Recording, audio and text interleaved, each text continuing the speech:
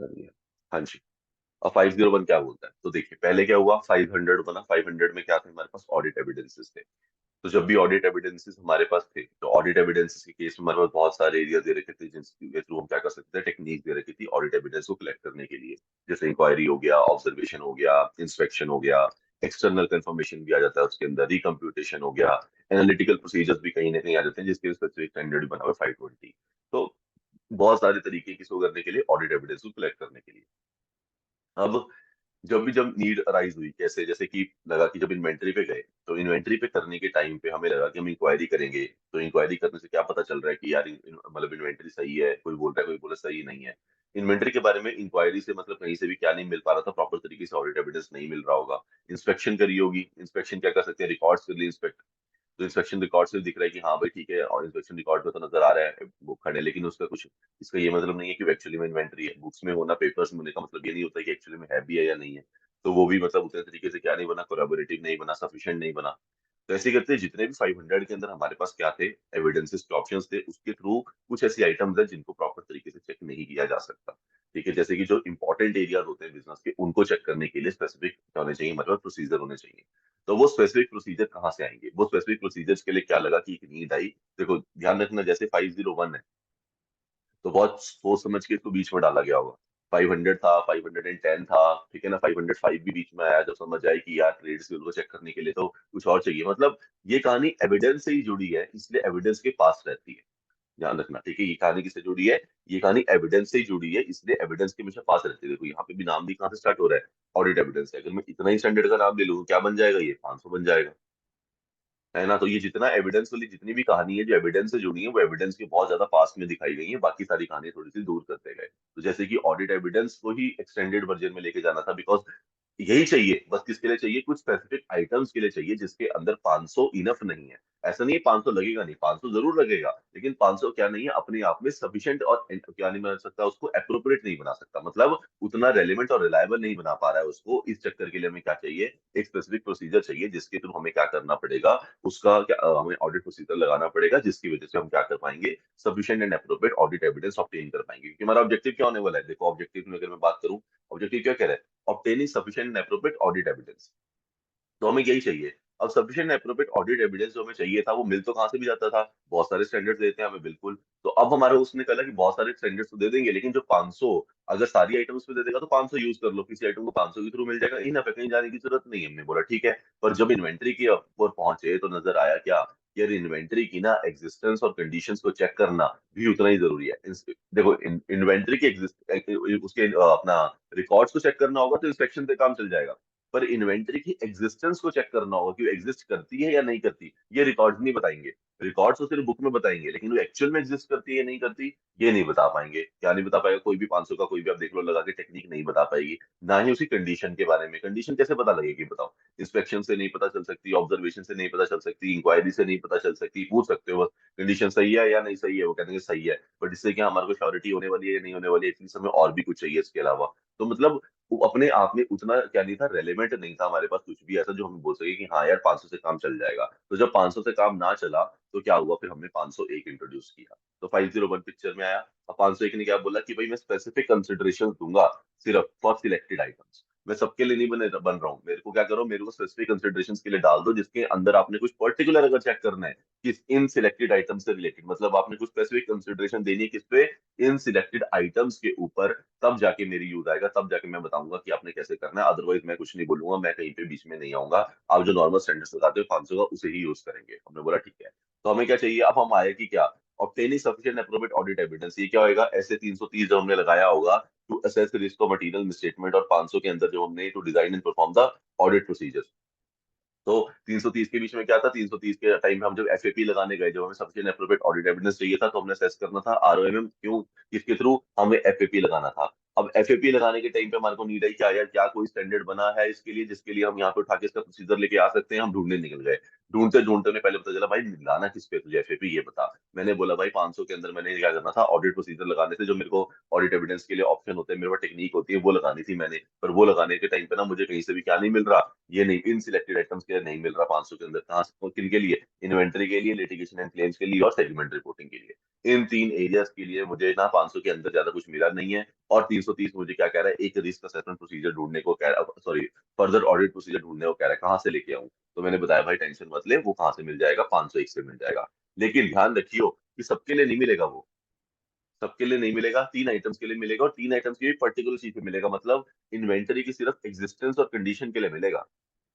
ध्यान रखना, इन्वेंटरी पूरी चेक नहीं करने जाता, इन्वेंटरी के बाकी सारी चीजें तो और स्टैंडर्ड में भी चेक हो जाएंगी। रिकॉर्ड चेक करने हैं तो 500 लगा लो, ठीक है, और भी कुछ चेक करना है तो और भी कुछ स्टैंडर्ड लगा सकते हो आप, सैंपलिंग करनी है उसके अंदर, उसके अंदर आपने मटीरियलिटी देखनी है, कुछ भी लगा लीजिए स्टैंडर्ड। लेकिन आपने जब उसकी एग्जिस्टेंस और कंडीशन चेक करनी होगी इन्वेंटरी की, कि वो एग्जिस्ट करती है या नहीं करती एक्चुअली बंदे के पास, और उसकी कंडीशन सही है या नहीं है जो उन्होंने बुक्स में दिखा रखी है, इन्वेंटरी स्लो मूविंग है, फास्ट मूविंग है, तो उसके बाद कोई इन्वेंटरी ऐसी है जो खराब हो चुकी है, तो वो सारी की सारी कंडीशंस के लिए हमें क्या करना पड़ेगा, उसके एग्जिस्टेंस एंड कंडीशंस के लिए हम कहाँ जाते हैं, उसके अंदर हमारे को 501 लगता है। तो 501 के लिए पर्टिकुलर कहाँ लगता है, देखो ये क्लियर है, ठीक है, उसकी एग्जिस्टेंस और कंडीशंस के लिए क्या लगता है, 501 लगता है। लिटिगेशन एंड क्लेम्स में उसकी कंप्लीटनेस के लिए क्या लगता है, 501 लगता है, कि क्या सारे के सारे लिटिगेशन एंड क्लेम्स मेरे तक पहुंच गए, या सारे के सारे लिटिगेशन क्लेम्स तुमने मेरे को पहुंचा दिए, मुझे बता दिए, क्या एक्सटर्नल लीगल काउंसिल से मैं बात करता हूँ कि भाई तूने मुझे बता दिया ना, कोई क्लेम छूटा तो नहीं है। ऐसा कोई क्लेम नहीं होना चाहिए लिटिगेशन जो मेरी नॉलेज के बाहर हो ऑडिटर की, ये बता दो मुझे। और लास्ट में सेगमेंट रिपोर्टिंग, इसकी प्रेजेंटेशन एंड उसका डिस्क्लोजर, कि अगर प्रेजेंटेशन एंड डिस्क्लोजर को देखने के लिए मुझे क्या करना पड़ता है, क्योंकि सेगमेंट रिपोर्टिंग बहुत जरूरी है, आपने उसे सही तरीके से क्या किया हो, प्रेजेंट किया और डिस्क्लोज किया हो अपने बुक्स के अंदर, ताकि अलग से सेगमेंट रिपोर्टिंग दिख रही हो। तो इसके लिए हमारा क्या करना पड़ता है, इन तीन वजह के लिए, ये तीन जो है ये वजह, इन तीन वजह के लिए इन तीन आइटम्स के ऊपर हम क्या लगाते हैं, 501 का यूज करते हैं, वरना 501 का यूज नहीं करने हैं। बाकी इससे रिलेटेड कोई भी अदर आइटम होगी आइटम से रिलेटेड, वो 500 में कवर हो जाएगी, एनालिटिकल प्रोसीजर में कवर हो सकती है, एक्सटर्नल कंफर्मेशन में कवर हो, कुछ भी हो, मतलब, लेकिन वो 501 के अंदर से नहीं आएगी, वो किसी और की तरीके से गवर्न होगी।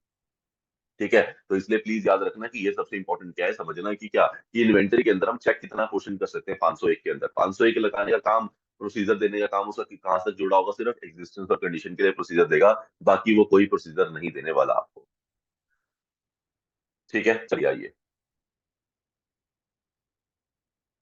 अब उसने क्या बोला, पहला पढ़ते हैं, सबसे इंपॉर्टेंट भी इन्वेंटरी ही है, इन्वेंटरी से शुरू करते हैं।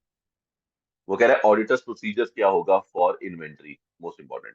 फिर पहले नंबर पे क्या है, पहले नंबर पे है attendance of the physical inventory counting. तो क्या है attendance of the physical inventory counting, पहले तो उसे अपनी अटेंडेंस देनी पड़ेगी फिजिकल इन्वेंटरी काउंटिंग के टाइप पे, ये फिजिकली वहां पे जाके खड़ा हो जहाँ पे इन्वेंटरी की काउंटिंग हो सकती है, और वहां पे चेक कर एक्चुअली उसकी एग्जिस्टेंस की, वो एग्जिस्ट करती भी है या नहीं करती, उसको देख, उसको चेक कर, उसके एक रिकॉर्ड बना। और वो जब तू रिकॉर्ड बना लेगा अपने पास कि हाँ यार मैंने क्या निकाला, मैंने काउंट करके ये निकाला है, एंड ऑडिट इन्वेंटरी रिकॉर्ड, और फिर तू क्या कर, उस वाले जो तूने निकाला है ना, उसको जाके जो मैनेजमेंट ने तूने इंस्पेक्शन करते हुए क्या निकाली होगी, उनके रिकॉर्ड देखे होंगे, उन रिकॉर्ड्स के साथ तुझे क्या करना चाहिए, मैच करना चाहिए। तो that is matching the record and the actual inventory. जो तूने एक्चुअल में इन्वेंटरी तूने देखी है वो, साथ में तो अपना जो तूने बनाया वो, उन दोनों को मैच करके देखी, जो तूने काउंट करके करने के बाद जो तेरे पास आ रहा है, जो मैनेजमेंट बोल रही है इस टाइम पे हमारे पास क्लोजिंग पड़ा है, देखो क्या दोनों मैच कर रहे हैं या नहीं कर रहे हैं। तो एक तो क्या हो गया हमारा पहला, attendance of physical inventory count, जिसे बोलते हैं PIC, attendance the physical inventory account. पहले तो पीआईसी करके देखेंगे, पीआईसी करने के बाद साथ में क्या करेंगे, जो यहाँ से मेरे पास वैल्यू आएगी, उस वैल्यू को मैं क्या करता हूँ, मैच करता हूँ, और ये देखता हूँ कि क्या वो रिकॉर्ड के साथ मेरी मैच कर रही है या नहीं कर रही है। तब जाके मेरे को हो जाता है ठीक है यार, एग्जिस्टेंस भी सही है और बुक्स के अंदर वो मैच भी कर रही है, इसका मतलब मैनेजमेंट ने सही तरीके से काउंट करा, मैनेजमेंट का प्रोसीजर भी सही है, तो एवरीथिंग सीम सॉर्टेड। तो हम इस तरीके से जाके क्या करते हैं, खुद को सेटिस्फाई करते हैं कि हाँ यार सब कुछ सही हो रहा होगा। अब आती कहानी sir, attending the physical inventory count क्या होता है, बहुत इंपॉर्टेंट है, 4 नंबर का आता है बहुत बार पेपर में। ठीक है, कि attendance of the physical inventory count बता दीजिए। तो इसके अंदर क्या करेंगे, अब इसके अंदर सबसे पहले क्या करते हैं, सबसे पहले करते हैं इवेल्युएट करते हैं मैनेजमेंट की इंस्ट्रक्शंस एंड प्रोसीजर्स क्या है for the recording and controlling results.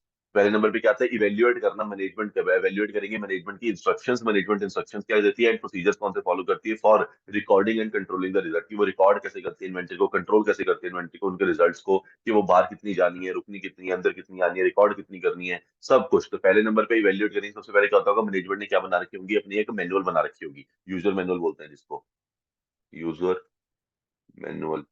तो मैनेजमेंट ने क्या बना रखा होगा, यूजर मैनुअल बना के रखा, क्योंकि कि भाई जो भी काम कर रहा है इन्वेंटरी के ऊपर इन सब बातों का ख्याल रखना, इन बातों का ख्याल रखना मतलब इंस्ट्रक्शन का ख्याल रखना, प्रोसीजर का ख्याल रखना, ताकि आप रिकॉर्ड सही तरीके से कर पाओ, कंट्रोल सही तरीके से कर पाओ, बुक्स में सही जानी चाहिए, सही तरीके से उतरनी चाहिए, ठीक है, सही तरीके से लैंडिंग हो, सही प्रॉपर तरीके से, मतलब क्या हो कि मैच करता रहे सब कुछ, जो आप उतारो पेटी वो कहीं ना कहीं रिकॉर्ड में भी चढ़ती रहे, तो प्रॉपर तरीके से रिकॉर्डिंग एंड कंट्रोलिंग होना चाहिए उसके ऊपर, पहला। दूसरा, ऑब्जर्व करेंगे मैनेजमेंट का काउंट प्रोसीजर। अब पहले नंबर पे हमने देख लिया कि मैनेजमेंट ने क्या इंस्ट्रक्शन बना रखी है, अब जैसे इंस्ट्रक्शन में जैसे जैसे उन्होंने लिखा था वैसा वैसा हो रहा है या नहीं हो रहा, तो उसके बाद क्या कर लो, पहले फिर ऑब्जर्व कर लो, ऑब्जर्व करेंगे क्या मैनेजमेंट का काउंट प्रोसीजर की मैनेजमेंट काउंट सही तरीके से कर रहा है या नहीं कर रहा, फिर इंस्पेक्शन ऑफ द इन्वेंट्री, फिर निकलेंगे इंस्पेक्शन करने की, फिर इन्वेंट्री इंस्पेक्शन करेंगे। इंस्पेक्शन में क्या आता है, 3 पॉइंट्स आते हैं। Existence of the inventory expect करेंगे कि एग्जिस्टेंस है भी है या नहीं है, इवेल्युएट करेंगे कंडीशन कैसी है, और टेस्ट काउंट करके देख लेंगे। ये तीन हमारे क्या बनते हैं, तीन हमारी पीएम थे inspection of the inventory, inspection किस बेसिस पे करते हैं। और लास्ट में क्या आता है, मैंने perform the test count, perform करेंगे हाई लेवल पे टेस्ट काउंट एक बार करके। देखो टेस्ट काउंट दोनों जगह पे आता है, यहाँ पे इंस्पेक्शन भी यूज कर सकते हो उसको, और वैसे वो अपने आप प्रोसीजर का नाम भी है, तो दोनों तरीके से आप कहीं भी करके देख लो एक बार, जहाँ पे आपको लगता है इंस्पेक्शन करते हुए कर लोगे तो वहां पे कवर हो जाएगा, वरना अलग से भी आप क्या कर सकते हो, परफॉर्म कर सकते हो टेस्ट काउंट। तो बेसिकली क्या है, 4 पॉइंट हमारे लिए बहुत जरूरी है। पहले नंबर पे क्या इवेल्युएट करेंगे क्या मैनेजमेंट की इंस्ट्रक्शंस और प्रोसीजर्स, ताकि वो किस तरीके से रिकॉर्ड करें, कंट्रोल कर रहे हैं। जैसे ही उन्होंने अपनी इंस्ट्रक्शन हमारे को दे दी, मैं इंस्ट्रक्शन के बेसिस पे क्या देखने लग जाऊंगा, ऑब्जर्व करने लग जाऊंगी कि वो काउंट प्रोसीजर उनका कैसा है। जैसे उन्होंने काउंट प्रोसीजर मैंने चेक करा, तो फिर मैं इंस्पेक्शन करने लगूंगा इन्वेंट्री की, कि हाँ भाई सही तरीके से आपकी एग्जिस्टेंस है या नहीं है, कंडीशन सही है या नहीं है, फिर आपका टेस्ट काउंट आप करते हो या नहीं करते हो, लास्ट में परफॉर्म करके देख लूंगा टेस्ट काउंट को। तो इन चार एक बातों का यूज करके मैं क्या करता हूँ, अटेंडेंस करता हूँ, फिजिकल इन्वेंटरी काउंट। अपनी पीआईसी करने के लिए मुझे इन चार बातों का क्या रखना पड़ता है, ख्याल रखना पड़ता है। बहुत अच्छा कितने नंबर का क्वेश्चन है, 4 मार्क्स का क्वेश्चन नाम से बनता है। इसको मैंने क्या बना रखा है, ईओआईटी, तो मुझे क्या करना पड़ता है, ईओआईटी करना पड़ता है। जैसे ही मैं क्या करने जाता हूँ, पीआईसी करने जाता हूँ, तो पीआईसी करते हुए मुझे क्या करना पड़ेगा, ईओआईटी करना पड़ेगा। ठीक है, और इंस्पेक्शन के लिए क्या 3 पॉइंट्स अलग से, एग्जिस्टेंस है, इवेल्युएशन ऑफ कंडीशन है, और द टेस्ट काउंट है। ये भी अपने आप में 3 पॉइंट है, 3 नंबर का पेपर में कभी कभी इतना सा एरिया भी आ जाता है।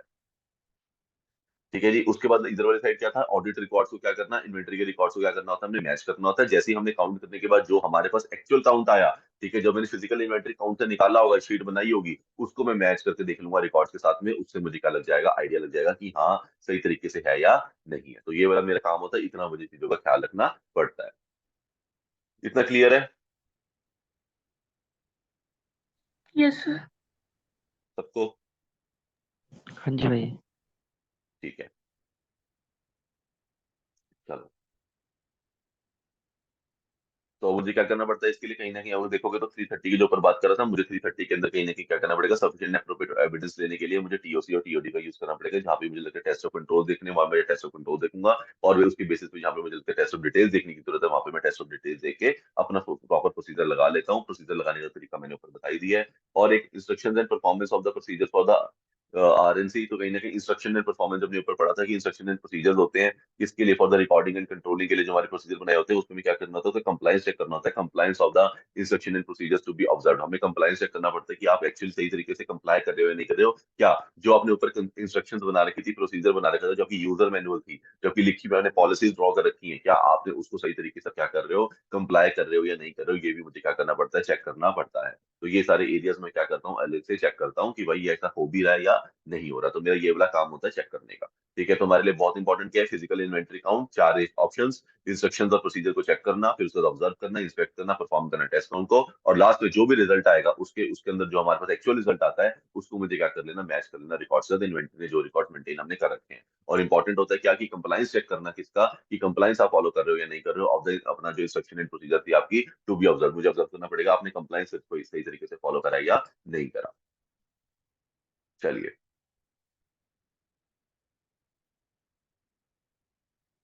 पहले पहले ये वाला पढ़ते हैं क्योंकि ये कनेक्टेड क्वेश्चन है क्या, क्योंकि बहुत बार क्या है इसके ऊपर भी क्वेश्चन आया है।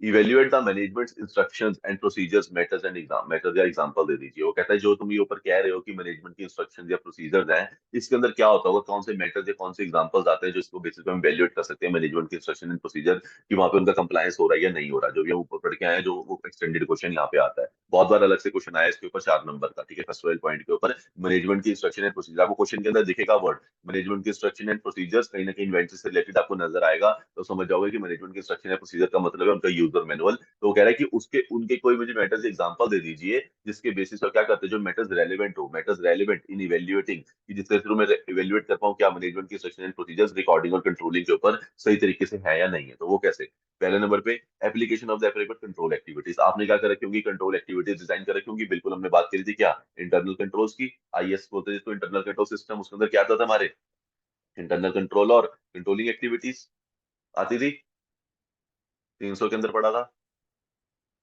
Yes sir. याद है सबको कि नहीं। हाँ जी, हाँ जी भाई। इंटरनल कंट्रोल सिस्टम बड़ा था ना, हमने चार्ट बनाया था। इंटरनल कंट्रोल सिस्टम के अंदर इंटरनल कंट्रोल आता है और साथ में कंट्रोल एक्टिविटीज आती है, और इधर इंटरनल कंट्रोल एनवायरनमेंट आता था, याद है ना। तो वो बोला, तो वही वाली कहानी बोल रहे हैं, क्या पहले नंबर पे अगर आपने इंटरनल कंट्रोल्स के अंदर अगर आप क्या कर रहे हो, रिकॉर्ड कर रहे हो, उसका कंट्रोल कर रहे हो, तो जब भी कंट्रोलिंग नाम आई गया तो कंट्रोलिंग से रिलेटेड पहले कंट्रोल का तो एक पॉइंट आना ही चाहिए। तो सबसे पहले आप देखोगे क्या कंट्रोल एक्टिविटीज आपके पास है या नहीं है, मतलब कंट्रोल एक्टिविटीज काउंट आप सही तरीके से कर रहे हो, रिकाउंट के प्रोसीजर सही है या नहीं है। तो ये सारा कुछ मुझे क्या करना पड़ेगा, कंट्रोल एक्टिविटीज में चेक करना पड़ेगा, ताकि वहां गलती तो नहीं हो रही। तो वो कहां पे लिखा होगा, मैनेजमेंट के इंस्ट्रक्शन एंड प्रोसीजर में बता रखा होगा कि आपने कैसे कंट्रोल एक्टिविटीज को यूज करना है। फिर एक्यूरेट आइडेंटिफिकेशन ऑफ, आपको आइडेंटिफाई करना पड़ेगा क्या, identification of the stage of the completion of the WIP, कि भाई हमारा जो इन्वेंटरी है वो कितना वाला कौन सा वाला है जो वर्क इन प्रोग्रेस में पड़ा है, मतलब मेरा स्टेज ऑफ कंप्लीशन कितनी है वर्क इन प्रोग्रेस वाली आइटम्स की, पहले मैं वो चेक करूंगा। तो ठीक है, ये 4 पॉइंट अलग अलग, 1 2 3 4, ठीक है 4 पॉइंट सही है। तो पहले नंबर पे मैं stage of completion of WIP use कर देखूंगा कि डब्ल्यूआईपी कितने पे पड़ा है, कौन सा डब्ल्यूआईपी है, कौन सा फिनिश गुड्स है, कौन सा रॉ मटेरियल पड़ा है, मुझे इसकी अलग से प्रॉपर तरीके से पता होना चाहिए। फिर स्लो मूविंग आइटम्स, कौन सी वाली आइटम्स है जो स्लो मूविंग है, कौन सी वाली आइटम्स है जो फास्ट मूविंग है, ये भी मुझे अलग से दिखना चाहिए। फिर ऑब्सोलीट और डैमेज आइटम्स, ऑब्सोलीट और डैमेज क्या उन्होंने, बेसिकली हमें कहानी ये है कि क्या आप उनको प्रॉपर तरीके से मैनेजमेंट ने सेग्रीगेट करके रखा हुआ है या नहीं रखा हुआ सब कुछ, ताकि क्लियर पता चल रहा हो, हाँ भाई ये डब्ल्यूआईपी है, ये भी बनना है, ये रॉ मटेरियल जो इसमें यूज होगा, ये फिनिश गुड है जो आगे डिलीवर होगा, उसमें से ये स्लो मूविंग है जो कम चलता है, ये फास्ट मूविंग है जो जल्दी निकलता है, ये डैमेज है तो वापस जाएगा। मतलब उन्होंने क्या प्रॉपर सेग्रीगेशन रखी है नहीं रखी, इसके लिए हमेशा कहाँ पे होते होंगे, इंस्ट्रक्शन और प्रोसीजर बनते होंगे कि आपने जब भी आपको दिखे कोई आइटम की वो स्लो मूविंग बन गई है तो उसको स्लो मूविंग में ट्रांसफर कर दीजिए, जब भी कोई मिले क्या कि वो स्लो मूविंग से भी निकल के क्या हो गई है, डैमेज हो गई है, तो डैमेज रिमूव कर दो। तो ये प्रॉपर इंस्ट्रक्शन और प्रोसीजर होते हैं, तभी हम प्रॉपर तरीके से रिकॉर्ड और कंट्रोल कर पाएंगे। तो यही वाला पॉइंट है, पहले नंबर पे कंट्रोल एक्टिविटीज आपकी सही होनी चाहिए। दूसरा, आपको अच्छे तरीके से एक्यूरेट क्या आना चाहिए, आइडेंटिफिकेशन करनी आनी चाहिए किसकी, stage of completion of the WIP, slow moving की, ऑब्सोलीट डैमेज आइटम्स की, और items owned by the third party, और कौन सी आइटम्स हुए हैं जो हमारे पास पड़ी है लेकिन ओन्ड किसकी है, थर्ड पार्टी, मतलब यहाँ पे पोजेशन हमारे पास है, पोजेशन हमारे पास होगा लेकिन किसकी आइटम्स किसकी है, किसी थर्ड पार्टी की है, हमने अपने पास रख रखी है। ये सारी आइटम्स भी मुझे क्लियरली क्या दिखनी चाहिए, प्रॉपर तरीके से आइडेंटिफाई करनी आनी चाहिए। इसके लिए क्या होना चाहिए, इसके लिए इंस्ट्रक्शन एंड प्रोसीजर होना चाहिए। फिर उसके बाद अगला, procedure for the estimate physical quantities, procedure होना चाहिए तो एस्टिमेट करने के लिए कि कितनी फिजिकल क्वांटिटीज मेरे पास कितनी अवेलेबल है, उसको मैं कैसे एस्टिमेट कर सकता हूँ, उसका मेरे पास क्या होना चाहिए, प्रोसीजर होना चाहिए। तो प्रोसीजर से रिलेटेड एक पॉइंट ये भी आएगा।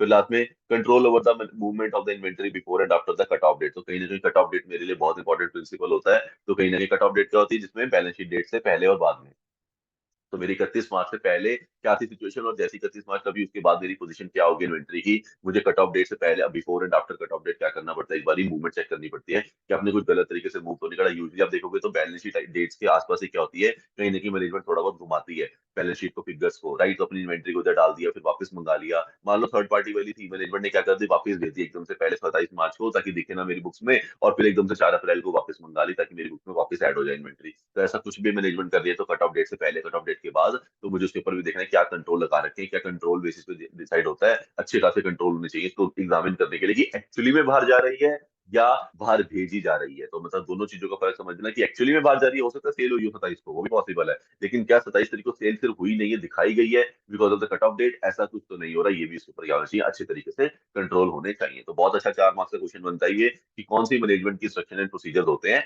जो क्या होते हैं, जिसके अंदर हमारे को रेलिवेंट होते हैं इवेल्युएट करने के लिए, जो रिकॉर्डिंग और कंट्रोलिंग से जुड़े हैं। पहले नंबर पे कंट्रोल एक्टिविटीज के 2 पॉइंट, कंट्रोल एक्टिविटीज होनी चाहिए और कंट्रोल होना चाहिए कट ऑफ डेट से बेसिस पे। 2 पॉइंट तो कंट्रोल से रिलेटेड याद कर लेना, ठीक है, कंट्रोल एक्टिविटीज और control at the cut off date movement के ऊपर। फिर उसके बाद एक्यूरेट आइडेंटिफाई करना पड़ेगा आपको, आइडेंटिफाई क्या करना पड़ेगा आपको, स्टेज ऑफ कंप्लीशन कितनी है डब्ल्यूआईपी की, वो स्लो मूविंग है या नहीं है, अलग से दिखाया या नहीं दिखाया, एब्सोल्यूट और डैमेज आइटम्स और items owned by the third party. और प्रोसीजर एक ही होना चाहिए, प्रोसीजर क्या, प्रोसीजर टू एस्टिमेट करने के लिए फिजिकल इन्वेंटरी काउंट की प्रोसीजर है हमारे पास एस्टिमेट करने के लिए सही तरीके से या नहीं है, एक मुझे क्या करना पड़ेगा, ये देखना पड़ेगा। तो ये सारे के सारे मेरा क्या बनता है, प्रॉपर आंसर बनता है, जिसको इसका मुझे क्या करना होता है, इसी का जो हमने ऊपर पढ़ा था इधर, ये देखो क्या, कि इसका मुझे क्या करना होता है, इसका मुझे कंप्लायंस क्या ऑब्जर्व करना होता है, कि क्या आप एक्चुअली में इसका कंप्लायंस कर रहे हो या नहीं कर रहे हो। मतलब जो आपकी इंस्ट्रक्शन एंड प्रोसीजर्स थे टू बी ऑब्जर्व, मुझे ऑब्जर्व करना पड़ेगा क्या आप उसका कंप्लाई कर रहे हो या नहीं कर रहे हो। कंप्लायंस का मतलब क्या है, कंप्लायंस का मतलब यही है कि जो ये नीचे आ रही है मैटर्स, आपने ये सारा काम आप कर रहे हो या नहीं कर रहे हो। मतलब आप सही तरीके से कंट्रोल कर रहे हो, सही तरीके से आइडेंटिफाई कर रहे हो, सही तरीके से एस्टिमेट कर रहे हो, और सही तरीके से कट ऑफ प्रोसीजर में मूवमेंट चेक कर रहे हो। तो ये चारों काम मुझे देखने पड़ेंगे, अगर आप सही कर रहे होगे तो बहुत बढ़िया। Is it clear? 4 marks. Clear sir. कुछ ठीक है, याद करना है प्रॉपर तरीके से इसको, कोई इसका अंदर ऑप्शन नहीं है, बट आई थिंक याद हो जाएगा। सही समझ आ गया होगा सबको। क्लियर है भरत, वृंदा? हाँ जी भाई।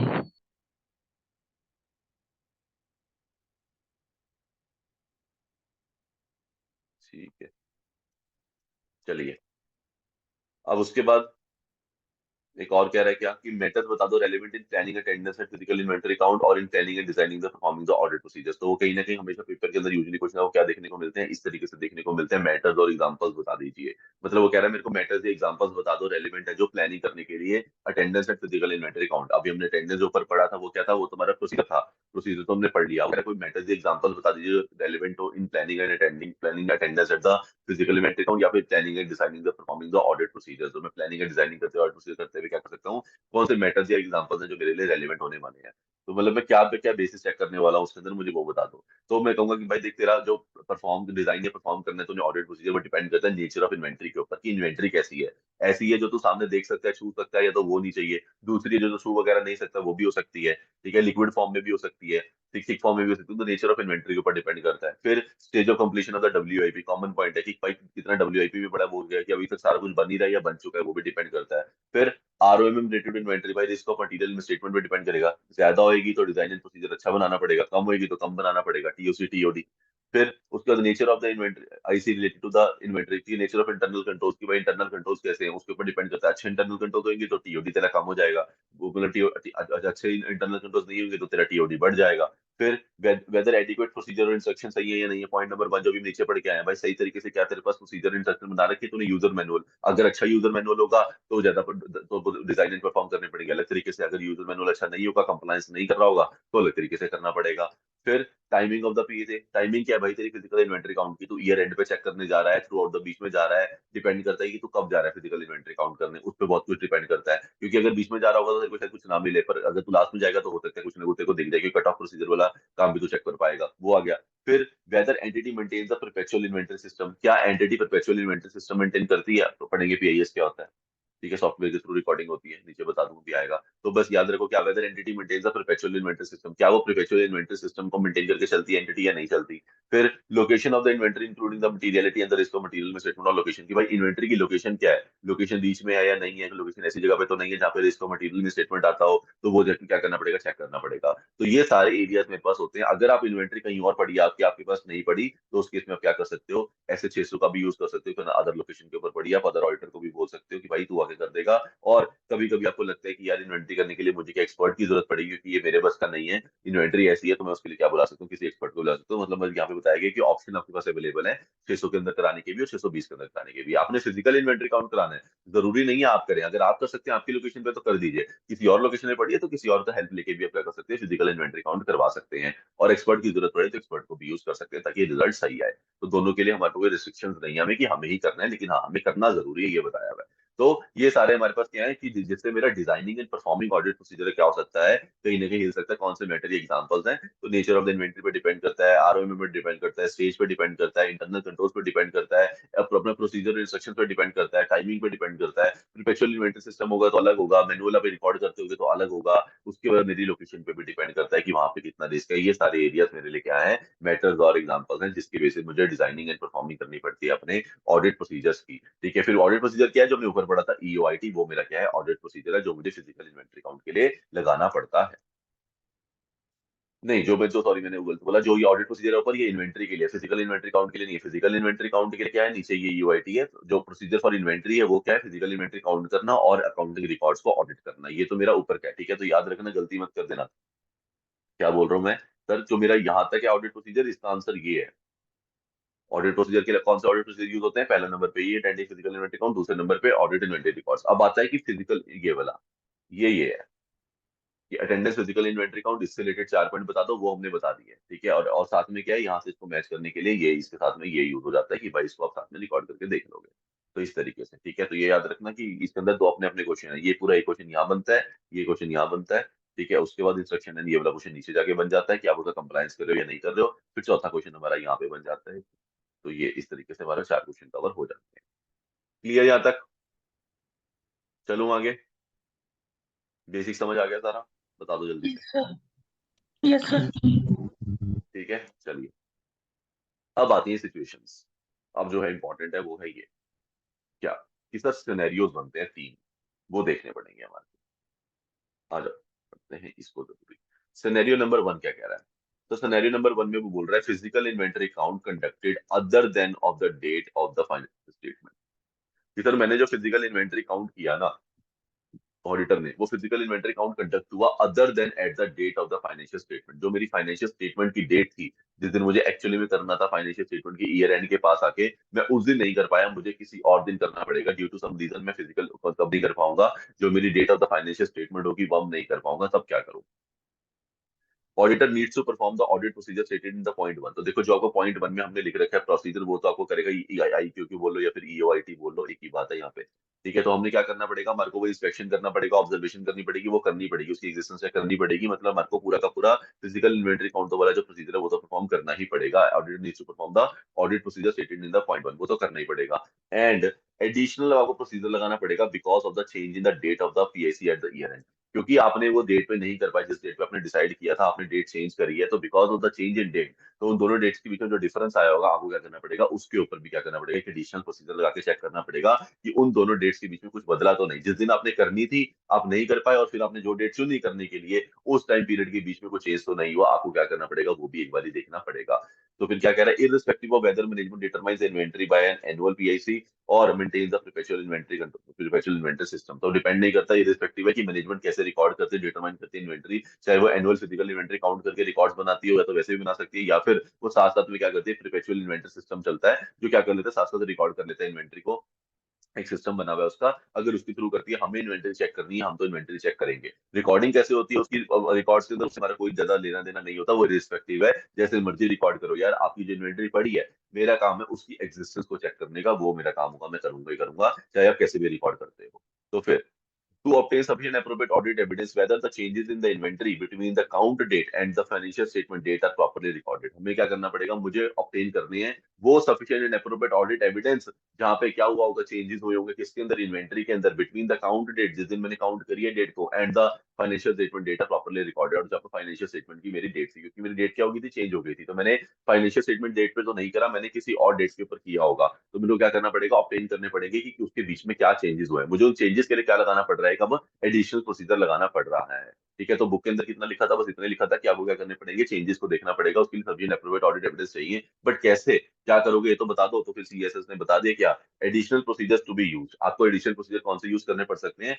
Reconciliation of the inventory between the count date and balance sheet date. आप दोनों की क्या होगा कि भाई यार मेरे को ना दोनों की फिगर दे दो, उस दिन पे क्या स्टैंड करती थी इन्वेंटरी, और बैलेंस शीट डेट पे क्या स्टैंड करती है इन्वेंटरी। जो मेरी काउंट डेट हुई है उस दिन क्या आ रही होगी, और बैलेंस शीट डेट पे क्या आ रही होगी, मैं दोनों के अंदर क्या देख लूंगा, दोनों को रिकंसाइल करके देख लूंगा कि उन दोनों के बीच में डिफरेंस कितना बड़ा है। मान लो फाइनेंशियल स्टेटमेंट डेट पर दिख रही है 1 लाख रुपए की, जो मैंने काउंट डेट के लिए दिख रही है 90,000 रुपए की, तो इसका मतलब 10,000 रुपए की इन्वेंट्री के साथ क्या हुआ होगा, अंदर बाहर हुई है इन्वेंट्री, उसके बारे में मुझे देखना पड़ेगा कि भाई क्यों हुई है। फिर second, accuracy and the changes if any are the proper और नॉट। तो जो भी आपने क्या, जो आपने चेंजेस वगैरह करे हैं उसकी एक्यूरेसी प्रॉपर है या नहीं है, मुझे ये भी क्या करना पड़ेगा, चेक करना पड़ेगा।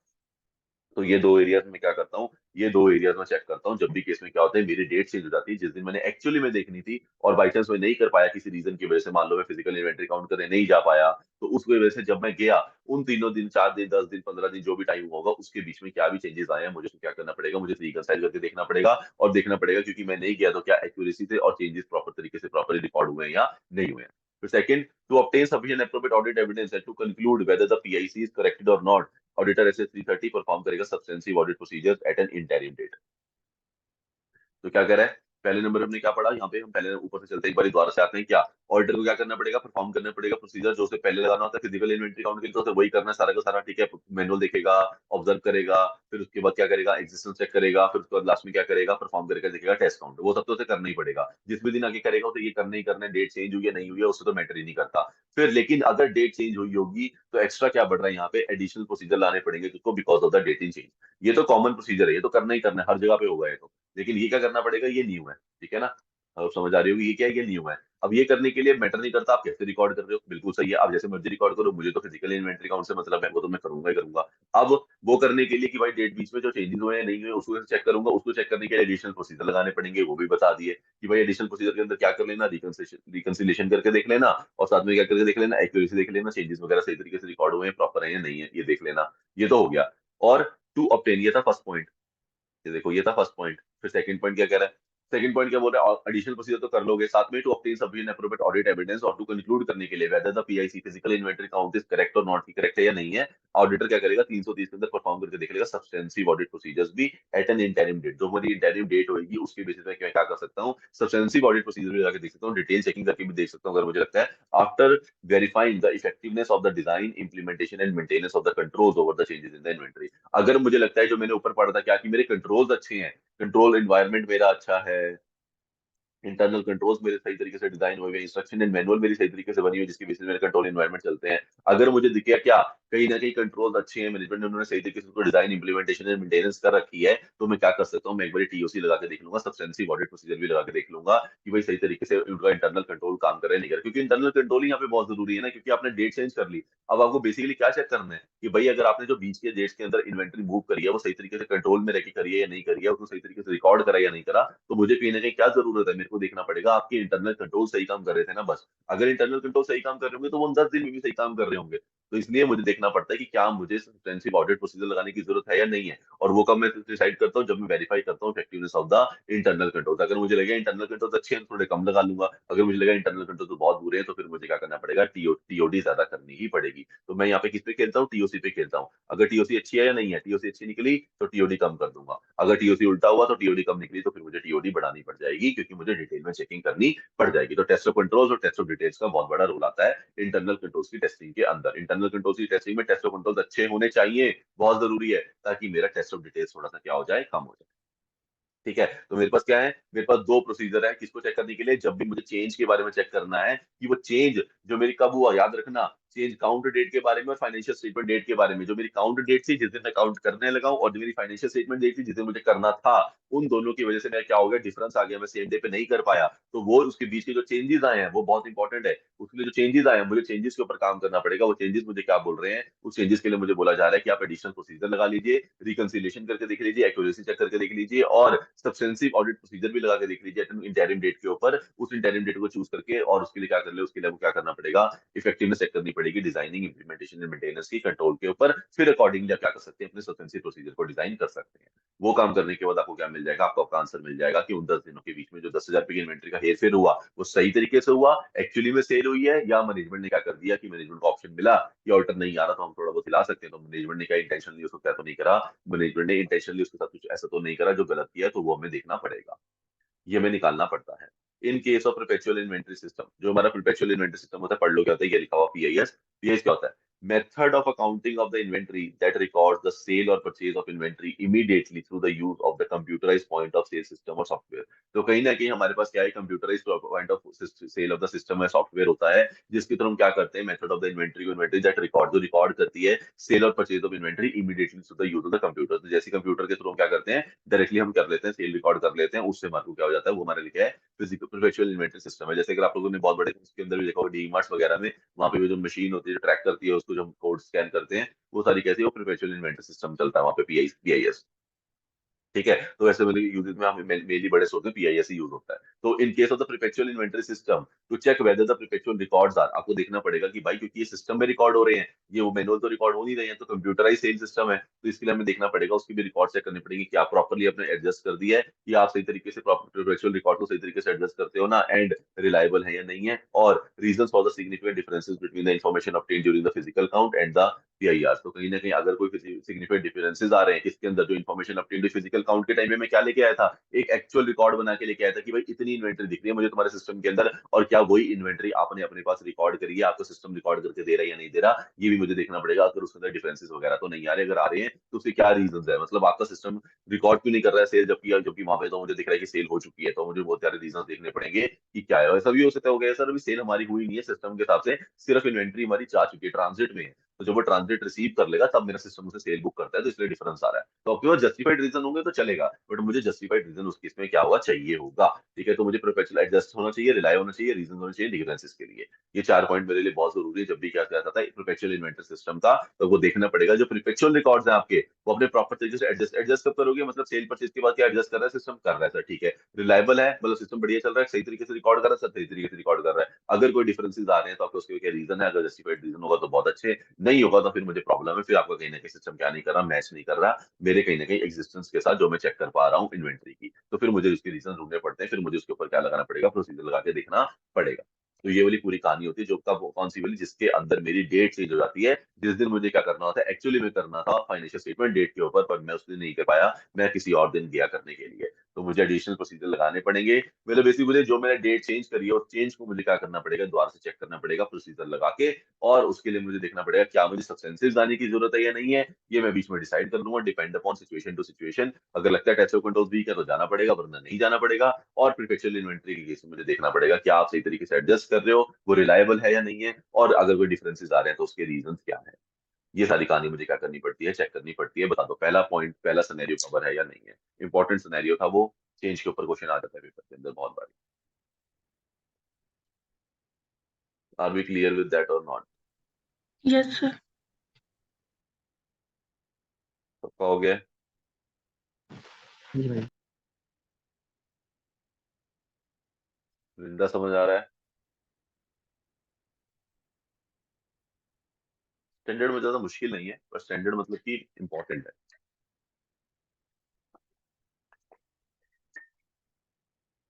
500 का कोई भी स्टैंडर्ड मुश्किल नहीं होता, सिंपल स्टैंडर्ड होते हैं, बस थोड़े से समझने वाले होते हैं। चलिए, scenario number 2, attendance at PIC is impracticable. Scenario 2 क्या कह रहा है? सिनेरियो 2 बोल रहा है सर जो मेरे को अटेंडेंस करनी है ना पीआईसी, फिजिकल इन्वेंटरी काउंट जो मुझे करना है इन्वेंट्री का जाके, वो इम्प्रैक्टिकेबल है सर, वो हो ही नहीं सकता, प्रैक्टिकली नहीं है जाना। वाई? रीजन बताओ पहले तो। Nature of the inventory, sir nature of the inventory ऐसी है कि मैं उसको चेक कर ही नहीं सकता, बहुत मुश्किल है उसे चेक करना।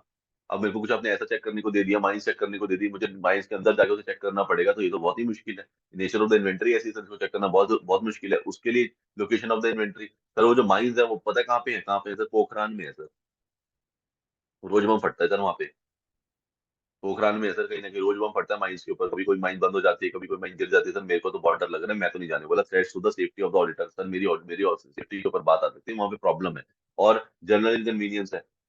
या फिर वो कह रहा है सर मेरे को जाने का मेरे पास साधन नहीं है, तो इसलिए यहाँ पे कांटा है, ये वहाँ बातें नहीं चलती सर, मेरे पास गाड़ी नहीं है सर, मैं जा नहीं पाऊंगा सर, बहुत दूर है, रास्ता लंबा है, ये सारी बातें नहीं चलती। ठीक है, आपके पास हाँ threats to the safety of the auditor, ये जायज रीजन है। अगर आपको लगता है थ्रेट है आपके सर उसके ऊपर कहीं ना कहीं वो करने के लिए प्रॉब्लम आ सकती है, तो ठीक है, फिर तो समझ आती है। को मान लो कोई केमिकल है, मान लो कोई ऐसी लैब का करना है आपको, इन्वेंटरी चेक करनी है जिसके अंदर केमिकल यूज होता है, तो थ्रेट्स है तो ठीक है, समझ आती है, वो लोकेशन ऑफ द इन्वेंट्री पे डिपेंड करता है, नेचर ऑफ द इन्वेंट्री पे भी डिपेंड करता है। ठीक है भाई, नेचर ऑफ द इन्वेंट्री ऐसी है, आपने कोई ना कोई ऐसा लिक्विड चेक करना है जो मतलब लिक्विड आप डिगिंग करके, मतलब जैसे अब ऑयल है उसको करना भी कोई आसान काम नहीं होता, उसके अंदर डाल के आपको मीटर चेक करना पड़ता है।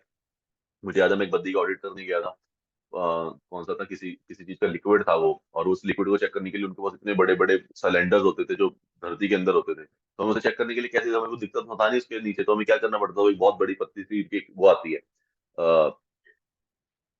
स्केल बोलते हैं वो उसको, बहुत पतला स्केल होता है पर वो बहुत लंबा होता है, मतलब स्केल की तरह, हमारा छोटा स्केल नहीं तो बहुत बड़ा स्केल होता है, तो वो क्या करते हैं उसको बिल्कुल क्लीन कर देते हैं, साफ बिल्कुल सूखा, फिर उसके बाद वो पानी के अंदर डालते हैं, उसके ऊपर छोटे छोटे छोटे छोटे क्या लगे होते हैं, मीटर्स के निशान लगे होते हैं, इतना लीटर इतना लीटर इतना लीटर इतना लीटर, फिर वो डिग करते हैं उसको, फिर वो डिग करने के बाद निकालते हैं, फिर दिखाते हैं देखो सर यहाँ पे आ रहा है लिक्विड, तो फिर उसे चेक करते हैं कि वो कितना लिक्विड है, और उतना लिक्विड आपने बुक में रिकॉर्ड कर रखा है नहीं कर रखा, 3.073 ऐसे कुछ लीटर रिकॉर्ड कर रखा है, इतना इतने हजार लीटर पड़ा है सर नीचे हमारा जो लिक्विड है, तो हमें वैसे चेक करना पड़ता है। तो मतलब इसके अंदर बहुत सारे ऑप्शन होते हैं जिसको हमें चेक करना बड़ा मुश्किल हो जाता है, तो स्टॉक ऑडिट में जा जाके हमें ये चीजें देखनी पड़ती है कि वो हो भी सकती चीज या नहीं हो सकती। तो रीजन में क्या है, नेचर ऑफ द इन्वेंट्री, आपको नेचर ऑफ द इन्वेंट्री देखनी पड़ती है, लोकेशन ऑफ द इन्वेंट्री आपके लिए रीजन है, और डिफिकल्टी टाइम या कॉस्ट इन्वॉल्व भी अपने आप में रीजन देते हैं, तो बेसिकली ऑर्डर अलग अलग रीजन दे रहे हैं। कोई ऑर्डर बोलता है सर मैं नहीं कर पाऊंगा क्योंकि नेचर ऑफ इन्वेंटरी प्रॉब्लम है, कोई कह रहा है सर मेरे थ्रेड के ऊपर है, कोई कह रहा है सर मेरे जनरल इनकन्वीनियंस है, कोई कह रहा है सर डिफिकल्ट है करना, टाइम ज्यादा इन्वॉल्व हो रहा है, कॉस्ट ज्यादा इन्वॉल्व हो रही है, जितना पैसा नहीं मिल रहा उससे ज्यादा तो मेरे को वक्त लगाना पड़ रहा है करने के लिए। तो ऐसे दोस्तों के अंदर आती है चीजें कि डिफिकल्टी टाइम और कॉस्ट इन्वॉल्व, जो हमारे आते थे कि भाई क्या अपना लिमिटेशन ऑफ एन ऑडिट वाली कहानी आती थी, डिफिकल्ट है, टाइम इन्वॉल्व है, कॉस्ट इन्वॉल्व है। तो हमें फिर क्या बोलते हैं इसके ऊपर क्वेश्चन आता है क्या एनी ऑल्टरनेटिव एपीज, क्या आपके पास कोई ऑल्टरनेटिव प्रोसीजर अवेलेबल है तो बता दो। फिर या फिर बेटर कोरोबोरेटिव ऑडिट एविडेंस, क्या आप वरना बिना गए भी क्या कोई बेटर कोरोबोरेटिव ऑडिट एविडेंस दे सकते हो तो बता दो। तो अगर तुम्हें लगता है तुम्हारे पास वो अवेलेबल है फिर तो तुम्हारी बात सुनी भी जाएगी, अगर तुम्हें लगता है ये अवेलेबल भी नहीं है तो फिर हम तुम्हारी बात क्यों सुने। तो बेसिकली ऐसे केसेस होते हैं, ऐसे सिनेरियोस बन जाते हैं जहाँ पे फिजिकल इन्वेंटरी काउंट करना क्या होता है, इम्प्रैक्टिकेबल होता है, मतलब आप नहीं कर पाते। उस टाइम पे ऑर्डर क्या करेगा। तो फिर जब देखो जब आपके पास एक्चुअल रीजन है, मान लीजिए पहले के रीजन लेके चलते हैं, एक्चुअल वाला ये वाला threat to the independence, threat to the safety. भाई मेरे पास थ्रेट है मेरी सेफ्टी के ऊपर, मेरे को नहीं लगता मुझे जाना चाहिए, मैं इसको किसी और तरीके से चेक कर लूंगा। मैनेजमेंट कहते हैं हाँ यार ठीक है, पोखरण जाने की जरूरत नहीं है, आप ट्राई करो किसी और तरीके से चेक कर लो, तो हो सकते हो तो बताइए। तो what is the alternative audit procedure follow by the auditor in that case. अगर ऐसा होता है तो क्या करेगा ऑडिटर उस केस के अंदर। तो इंस्पेक्शन ऑफ द डॉक्यूमेंट्स, पहले मैं कहूंगा सर मैं ना उनके डॉक्यूमेंट्स को पहले इंस्पेक्ट करता हूँ, मैं डॉक्यूमेंट्स मंगा लेता हूँ सारे उनके। Inspection of the documents, subsequent sale of the specific inventory item acquired prior to the PIC, provided the sufficient appropriate audit evidence about the existence and the condition of the inventory। तो पहले मैंने क्या बोला भाई, मैं कहूंगा मेरे को ना ऐसे करो, आप वो इंस्पेक्शन भेजो, स्पेसिफिकली किसके भेजना, जो अभी आपने स्पेसिफिक सब्सिक्वेंट में सेल करी है।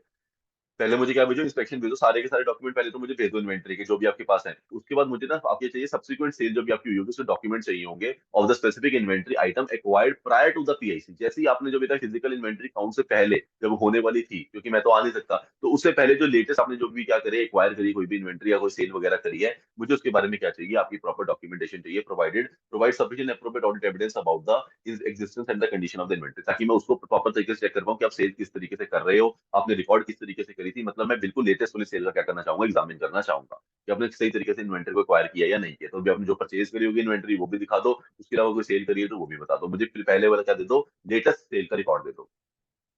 Comparison with the previous year और इंटरनल ऑडिटर्स रिपोर्ट, अब मेरे पास ये अलग अलग ऑप्शन है, ठीक है, ये अलग अलग है। तो मैं क्या क्या कर रहा हूँ, मेरे को ऑल्टरनेटिव ऑडिट प्रोसीजर मेरे पास कौन कौन से अवेलेबल है, क्वेश्चन ये पूछेगा आपसे कि इस केस के अंदर मान लीजिए आप नहीं जा सकते, इम्प्रैक्टिकेबल है, तो आपके पास कौन कौन से ऑल्टरनेटिव, याद रखना वहां पे ऑल्टरनेटिव आएगा, क्योंकि जो ऑडिट प्रोसीजर बनता है वो कौन सा था, ऊपर वाला था, जाके देखना, वो तो आप कर नहीं पाए। ठीक है ना, अटेंडेंस फिजिकल इन्वेंटरी काउंट क्या है मेरे लिए, वो एक्चुअल प्रोसीजर है मेरा, अगर मैं वो नहीं कर पा रहा हूँ तो मुझे कोई ऑल्टरनेटिव लगाना पड़ेगा। ऑल्टरनेटिव क्या है, इंस्पेक्शन कर सकता हूँ, मेरे पास मैक्सिमम क्या, आप सोचो अगर आपके पास 501 खत्म हो गया तो कहाँ जाओगे, मैंने आपको बताया था कहाँ चले जाओ, 500 में चले जाओ।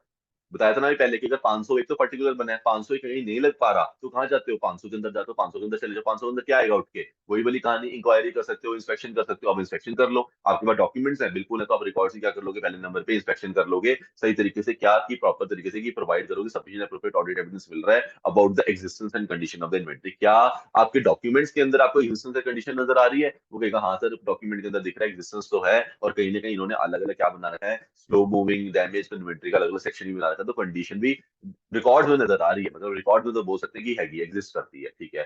फिर comparison with the previous year, वही रिकॉर्ड को उठा के एक बार प्रीवियस ईयर के रिकॉर्ड से कंपेयर करके देख लो, क्या उस टाइम पे कुछ ना कुछ ऐसा तो नहीं हो रहा कि पहले तो उस टाइम सेल होती नहीं थी, इस टाइम में बहुत कम सेल होती थी, इस साल बहुत सारा सेल दिख रही है इस टाइम पे, ऐसा कुछ कंपैरिजन करके देख लो, तो वही कौन सा प्रोसीजर आ गया, कंपैरिजन वाला, एनालिटिकल।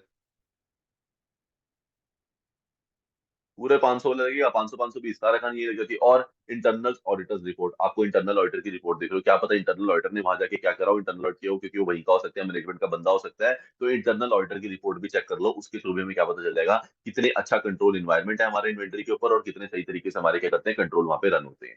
तो ये सारे मेरे पास क्या होते हैं, ये मेरे पास ऑप्शन होते हैं जिसके थ्रू मैं ऑल्टरनेटिव ऑडिट प्रोसीजर लगा के, जब मैं नहीं जा सकता, मेरे पास रीजन ही नहीं है, मेरी थ्रेट टू सेफ्टी है, एक्चुअल रीजन है मेरे पास और इम्प्रैक्टिकेबल हो, तो फिर ठीक है फिजिकल इन्वेंटरी काउंट तो नहीं हो पाएगी, मैक्सिमम आप क्या कर सकते हो, ये कर सकते हो, वीडियो कॉल वगैरह का ऑप्शन देखो हमेशा से रहता है, वो वाले कहानी हम लेके चल नहीं रहे हैं, ठीक है, वो बातें तो प्रैक्टिकल लाइफ में पॉसिबल है, पर बुक्स के अंदर क्या है कि बुक्स के अंदर यही है कि आप इंस्पेक्शन कर लीजिए, कंपैरिजन कर लीजिए प्रीवियस ईयर के साथ में, या फिर इंटरनल ऑडिट की रिपोर्ट देके एटलीस्ट थोड़ी सी आपको और श्योरिटी हो जाएगी कि हाँ यार अगर कंट्रोल अच्छे हैं तो मुझे लगता है प्रॉब्लम कम ही हो रही होगी।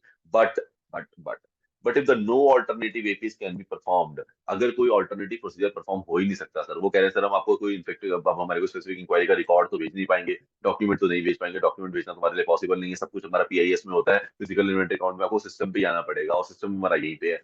चलो जी, पहला प्रोसीजर कैंसिल हो गया। फिर सर कंपैरिजन करने के लिए मेरे पास कुछ नहीं, क्योंकि पिछले साल का हमारा सिस्टम था, वो सिस्टम पे आके देखना पड़ेगा पिछले साल का रिकॉर्ड भी, ये भी कैंसिल हो गया। और इंटरनल ऑडिट की रिपोर्ट से मुझे कुछ निकल के नहीं मिला, तो कोई भी मेरा क्या नहीं करा, मेरा ऑल्टरनेटिव एपी क्या नहीं कर रहा, परफॉर्म नहीं कर रहा है। And audit evidence will be less than the pervasive, और जो मुझे ऑडिट एविडेंस मिले हैं अदर देन दैट वो बहुत ही कम है। क्यों? क्योंकि मैं न जाके कर पाया न ऑल्टरनेटिव कर पा रहा, तो मुझे क्या ही ऑडिट एविडेंस मिले होंगे, वो लेस देन द परवेजिव हो जाएंगे। तो ऐसे वाले केस में क्या करूं? तो फिर ऐसे वाले केस में आता है भाई, can not avoid the physical verification. फिर आप नहीं कर सकते फिजिकल वेरिफिकेशन को अवॉइड, आपको जाना ही पड़ेगा। पोखरान की टिकट कटवाइए, थोड़ा बहुत रिस्क लीजिए और पहुंच जाइए। और तो आपके पास ऑप्शन अवेलेबल नहीं है। देखो आपके पास ऑप्शन अवेलेबल था, अगर आप ऑल्टरनेटिव ऑडिट प्रोसीजर से, या तो आप देखो वही वाली बात है, आप ऑल्टरनेटिव ऑडिट प्रोसीजर को सही मान के ही कर दो कि हाँ यार मैंने चेक कर लिया, मेरे को लग रहा है सही है, फिर तो ठीक है।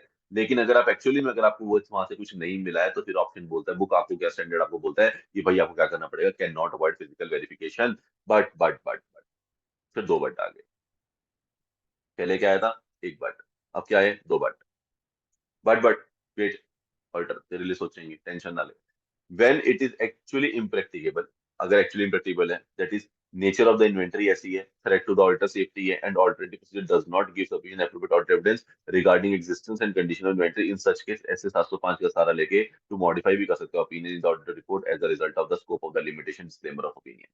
अगर तेरा एक्चुअली में क्या है कि एक्चुअली में तेरा थ्रेट, तेरे को सेफ्टी लग रहा है, दिख रहा है कि भाई थ्रेट है, nature of the inventory allow नहीं कर रही है तेरे को, और ऑल्टरनेटिव प्रोसीजर भी काम नहीं कर रहे हैं कहीं ना कहीं regarding the existence of the conditions, मतलब आप मुझे रिकॉर्ड भी नहीं भेज पा रहे हो, आप मुझे कंपैरिजन भी नहीं करने दे रहे हो, आप मुझे इंटरनल ऑडिट की रिपोर्ट भी नहीं प्रोवाइड कर पा रहे हो, तो कहीं ना कहीं यहाँ पे मैनेजमेंट का भी दोष है, मतलब मैनेजमेंट अपने तरीके से कुछ ट्राई नहीं कर रही है। अगर ऐसा है तो फिर मैं उसको क्या मानूंगा?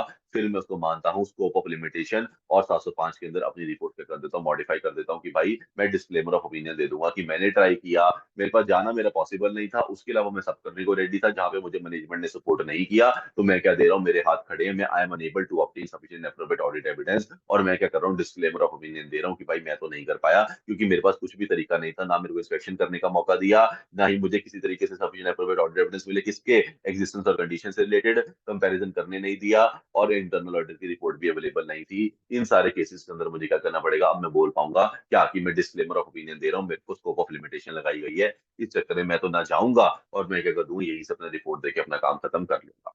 क्यों? क्योंकि आपके पास पहले क्या बोला है? पहले तो स्टैंडर्ड ने ये बोला है कि अगर ऑल्टरनेटिव ऑडिट प्रोसीजर काम नहीं करते, बहुत ध्यान से समझना, अगर ऑल्टरनेटिव ऑडिट प्रोसीजर काम नहीं करते तो ऑडिटर तेरे को जाना चाहिए, स्टैंडर्ड ये भी बोल रहा है। बट तेरे को जाना तो चाहिए, लेकिन अगर जो तूने ऑल्टरनेटिव प्रोसीजर लगाए उसमें मैनेजमेंट का सपोर्ट अवेलेबल नहीं था, जबकि तूने सही प्रोसीजर लगा रहा था, उस वाले केस के अंदर फिर भी तेरे को थ्रेट भी है, तू ट्राई भी कर रहा है करने के लिए, लेकिन मैनेजमेंट सपोर्ट नहीं दे रहे सामने से, तो उसको क्या मानेगा? तो उसको स्कोप ऑफ लिमिटेशन मानेगा, और उसके बेसिस पे तू 705 में जाके अपनी रिपोर्ट को क्या कर सकता है? मॉडिफाई भी कर सकता है, तब चल जाएगा, कोई दिक्कत नहीं है। तो अगर आपको ऐसा लगे कि आपको थ्रेट टू द सेफ्टी है और आपका एपी काम नहीं कर रहे बिकॉज ऑफ द मैनेजमेंट, तो आप 705 में अपना क्या दे दीजिए? डिस्क्लेमर देके निकल लीजिए। तो देखो इस वाले केस में क्या होगा, ये क्यों लिखा गया? ये इसलिए लिखा गया क्योंकि अब ऑर्डर क्या हो सकता है, ऑर्डर खुद को देगा, क्या यार क्या करूं, मेरे से जाना तो मैंने है नहीं, ठीक है, इंस्पेक्शन वगैरह कौन करे, तो वो यहीं पे क्या करेगा, वो कहेगा मैंने मॉडिफाई देता हूँ। तब मैनेजमेंट सवाल उठा है, वो कहते हैं हम सपोर्ट कर रहे हैं ना सर, आप बताइए वो क्या चाहिए, आप यहाँ नहीं आ सकते ना, बताओ तो सही क्या चाहिए चेक करने के लिए, हम देने के लिए रेडी हैं। तब ऑर्डर नहीं दे पाएगा फिर डिस्क्लेमर ऑफ ओपिनियन, अगर उसे मैनेजमेंट को सपोर्ट मिल रहा होगा, वो कहेंगे बताओ क्या चाहिए आपको इन्वेंट्री के, अभी भेज देते हैं सारे के सारे डाक करते सर, आपको 3 हफ्ते बाद रजिस्टर पहुंच जाएंगे इन्वेंट्री के, सारे डॉक्यूमेंट उसके अंदर है, इंटरनल ऑडिटर की रिपोर्ट भी भेजेंगे आपको, कंपैरिजन के लिए प्रीवियस ईयर का डेटा ही भेज देते हैं, बोलो 10 बुक्स और भेज देते हैं पिछले साल की, सब देंगे आपको, बताओ तो सही, करने वाले तो बनो। तब ऑर्डर के लिए क्या होगा, फिर उसको चेक करना ही पड़ेगा। तो ऑर्डर क्या नहीं कर सकता, यहाँ से अपनी रिस्पॉन्सिबिलिटी से escape नहीं हो पाएगा, इसलिए यहाँ पे इसमें क्या दिया, ये वाला ऑप्शन भी दे दिया, या तो जाके करके आ, जाके करके नहीं आ सकता तो 705 तभी दियो सिर्फ जब तेरे को स्कोप ऑफ लिमिटेशन मिले। अब स्कोप ऑफ लिमिटेशन के लिए तेरे को मैनेजमेंट को भी एग्री करना चाहिए कि हाँ हम नहीं प्रोवाइड करेंगे, मैनेजमेंट ऐसा मानेगा नहीं, क्यों? क्योंकि वो क्यों लेगा डिस्क्लेमर ऑफ ओपिनियन, वो कहेगा मुझे तो क्वालिफाइड चाहिए या मुझे तो अनमॉडिफाइड चाहिए, तो वो कहेगा आपको बताओ जो चाहिए तो लो, तो फिर ऑर्डर को एंड ऑफ द डे करना ही पड़ेगा। तो उसको लेके इसमें कौन कौन से रीजन चलते हैं? ये वाले दोनों रीजन चलते हैं, नेचर ऑफ द इन्वेंट्री ऐसी जरूर हो सकती है जो आप नहीं चेक कर सकते, या फिर threat to the safety of the auditor. तो ये पहले जो दो ऑप्शंस हैं, ये हमारे वैलिड ऑप्शंस के अंदर आते हैं, जिसके अंदर आप कह भी सकते हो कि ठीक है यार, मेरे को लिमिटेशन लगाई गई है, वरना जनरल इनकन्वीनियंस नहीं आता, आपको जाके करना पड़ेगा, ये कोई रीजन नहीं है। डेट और टाइम वाले के अंदर भी आपके पास कोई रीजन नहीं होता, इन केस आप प्रूव कर दे कोई ऑल्टरनेटिव ऑडिट प्रोसीजर अवेलेबल है जो बहुत बढ़िया है, उसके समान है, और बेटर आपको ऑडिट एविडेंस भी मिल सकता है। अगर आप ये दोनों पॉइंट प्रूव कर सकते हैं तो ठीक है, अगर आप ये दोनों पॉइंट प्रूव नहीं कर पाएंगे तो डिफिकल्टी टाइम में पॉसिबल वाला बेनिफिट भी क्या नहीं चलेगा, एक्चुअल में नहीं चलेगा। ऐसे 200 क्लियरली मना करता है कि जस्ट बिकॉज आपकी कॉस्ट पूरी तरीके से नहीं पड़ रही है, आपकी कॉस्ट एडिशनल लग रही है, जाके वो करना पड़ रहा है, तो इसका मतलब ये नहीं है आप ऑडिट नहीं करेंगे, आपको ऑडिट करना ही पड़ेगा, even if you have to bear the extra cost. उसमें स्टैंडर्ड ने कहीं से भी ऑर्डर को क्या नहीं दिया, कोई बेनिफिट नहीं दिया है आपके, हाँ, या फिर आप प्रूव कर दीजिए कि आपके पास उससे रिलेटेड एक अच्छा ऑल्टरनेटिव ऑडिट प्रोसीजर अवेलेबल है और आप उससे एक अच्छा ऑडिट एविडेंस सिलेक्ट कर सकते हैं। अगर ये दोनों काम आप कर सकते हैं, हमें कोई दिक्कत नहीं, हमें यही चाहिए था। आप वहां जाके लेके आइए, यहीं बैठे बैठे लीजिए, एटलीस्ट ये अच्छा होना चाहिए। अगर अच्छा है तो कोई दिक्कत नहीं, हम आपको मना नहीं करेंगे। तो स्टैंडर्ड ने वहां मना नहीं किया, लेकिन ऐसा हो नहीं पाता क्योंकि आपको अच्छा ऑडिट ऑल्टरनेटिव प्रोसीजर अवेलेबल ही नहीं होता, क्योंकि इन्वेंट्री केस में फिजिकल इन्वेंट्री अकाउंट के ऊपर कुछ है नहीं, तो आपको वही करना पड़ता है। ये डिफिकल्टी, टाइम और कॉस्ट इन्वॉल्व वाले बेनिफिट हो जाते हैं, आउट ऑफ द स्कोप हो जाते हैं इस टाइम पे। सेकंड वाला सिनेरियो कवर है या नहीं है, बता दो एक बार, समझ आया या नहीं आया? सर सर, हाँ जी। जो एडिशनल ऑडिट प्रोसीजर्स होते हैं वो अल्टरनेटिव ऑडिट हम्म, प्रोसीजर्स को असिस्ट करते हैं ना, तो यहाँ पर वो नहीं परफॉर्म होंगे एडिशनल वाले? मतलब समझा जैसे नहीं। सर आप एडिशनल करते हैं मतलब? आपने बताया था ना कि जैसे ऑल्टरनेटिव ऑडिट प्रोसीजर को असिस्ट करते हैं एडिशनल ऑडिट प्रोसीजर्स, हम्म। तो यहाँ पे कोई परफॉर्म नहीं हो सकता additional audit procedure? Additional audit procedure में ये तो लगा रहे हो, एडिशनल अल्टरनेटिव लगा लो, एडिशनल क्या लगाओगे बताओ, सोचो। क्योंकि आपके पास एडिशनल ऑडिट प्रोसीजर है तो बताओ, वो तो कह रहा है आप एडिशनल लगा के देख लो। उसी तो बता दिया कि फिजिकल इन्वेंट्री को चेक करने के लिए हमारे पास जो मेल चेक करने के लिए, हमारे एग्जिस्टेंस चेक करने के लिए होता ही क्या है, फिजिकल इन्वेंट्री काउंट होता है। आप फिजिकल इन्वेंट्री काउंट के अलावा एडिशनल क्या कर सकते हो? एडिशनल की जगह तो आप ऑल्टरनेटिव ही कर सकते हो ना, उसको तो ऑल्टरनेटिव ही अवेलेबल होगा। अगर वो नहीं कर पा रहे हो तो ऑल्टरनेटिव होगा ना। एडिशनल तो होता है कि आपने वो चेक करा, वहां से आपको क्या नहीं मिला, उतना अच्छा ऑडिट एविडेंस नहीं मिला, तब आप एडिशनल पे जाते हो। यार इससे 100% बात नहीं बनी, तो थोड़ा एडिशनल को और लगा के देख लेते हैं, 100% बन जाएगा। ऑल्टरनेटिव क्या होता है कि आप वो नहीं लगा पा रहे हो, उसी में कुछ और लगाना पड़ रहा है, दैट इज कॉल्ड ऑल्टरनेटिव। दोनों के अंदर, नाम के अंदर दोनों में डिफरेंस है ना। ऑडिशनल का मतलब है कुछ आप एडिशनल ले रहे हो बिकॉज आपको सेटिस्फेक्शन नहीं हुई है, या आपके पास वो उतना 100% पहुंचा नहीं है, तब तो आप एडिशनल करते हो किसी चीज को। ऑल्टरनेटिव का मतलब है वो हो ही नहीं सकता है, तो उसकी जगह पे क्या कर पा रहे हो, तो वो आएगा alternative audit procedure. Okay sir. Right. अभी एडिशनल जो आप कह रहे हो, एडिशनल यहाँ पे यूज नहीं होगी, क्योंकि एडिशनल के लिए हमारे पास ऐसा नहीं है कि हमें पहले वाले से 100% नहीं मिल रहा हो, तो मिल जाएगा। पॉइंट ये है कि वो हम कर ही नहीं सकते हैं। फिजिकल इन्वेंट्री काउंट करना पॉसिबल नहीं है इस केस में, इम्प्रैक्टिकेबल हो रहा है भाई, जाना पॉसिबल ही नहीं है उस जगह पे जहाँ पे उन्होंने इन्वेंट्री रख रखी है अपनी। तब क्या करें, तब तो ऑल्टरनेटिव ही लगाओगे ना, तब एडिशन थोड़ी लगाओगे। तो नाम नाम से नाम से देखो, नामों के अंदर बहुत क्लैरिटी है। एडिशनल मतलब कोई चीज चल रही है सही, उसको और ज्यादा चाहिए तो एडिशनल लगेगा। ये तो सही नहीं चल रही है तो ऑल्टरनेटिव लगेगा। और अगर इन दोनों में से किसी से काम नहीं बना तो अदर लगेगा। अदर का मतलब है भाई कहीं से भी ढूंढ के ला, जैसा मुझे ढूंढ के ला, लेकिन लेके आ, तब हम सोच सकते हैं कि अदर ऑडिट प्रोसीजर क्या होना चाहिए। तीनों के अंदर थोड़ा थोड़ा सा डिफरेंस है। ठीक है, तो नाम लिखते हुए ध्यान रखना, यहाँ पे ऑल्टरनेटिव ही लगेगा, एडिशनल नाम यहाँ पे आ ही नहीं सकता किसी भी सूरत में, क्योंकि एडिशनल का नाम तो तब आता जब मैं फिजिकल इन्वेंट्री काउंट करता, लेकिन काउंट करने के बाद मैं बोलता यार ये तो 70% ही मुझे लग रहा है सही है, लेकिन अभी 30% मुझे अभी भी और कुछ चाहिए। तब मैं सोचता कि ठीक है 30% हम रिकॉर्ड को इंस्पेक्ट कर लेते हैं, इंटरनल ऑडिट की रिपोर्ट ले लेते हैं, फिर मिला जुला के वो 30% और हो जाएगा, तब जाके 100 हो जाएगा। और यहाँ पे वो ऑप्शन नहीं है, फिजिकल इन्वेंट्री काउंट हो ही नहीं पा रहा है, इसका मतलब वो ऑप्शन ही कैंसिल हो गया, तो मैं ऑल्टरनेटिव पे जाऊंगा। Okay sir. ठीक है। और किसी का डाउट कोई?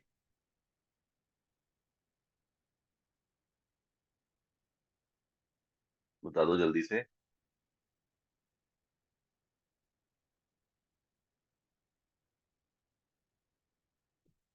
नहीं, क्लियर है सबको? हाँ जी भाई। वृंदावन?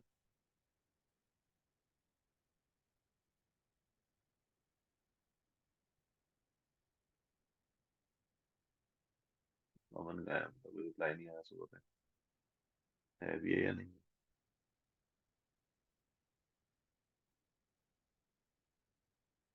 अमन देर इन कॉल और नॉट?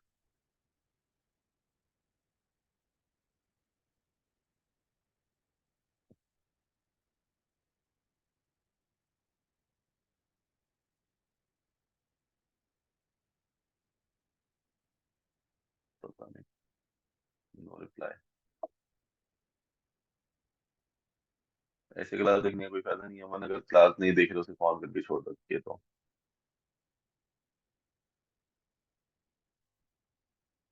चलिए सिनेरियो नंबर 3 पे चलते हैं। ये एक्चुअली ना बीच में एक ध्यान रखना, ये पेज एक बार डबल आ गया, ठीक है, तो उसको अवॉइड करना, प्रिंट निकलवाते हुए थोड़ा सा देख लेना। बाई चांस 2 बार जुड़ गया था पीडीएफ में, ये मतलब ये यहाँ है। टू वाला सिनेरियो ये है। अब चलते हैं सिनेरियो नंबर 3 पे, तो इसको मैं यहाँ से ये भी काट देता हूँ, ये भी नीचे आ रहा है। अब आता है सिनेरियो नंबर 3, सिंपल है ये।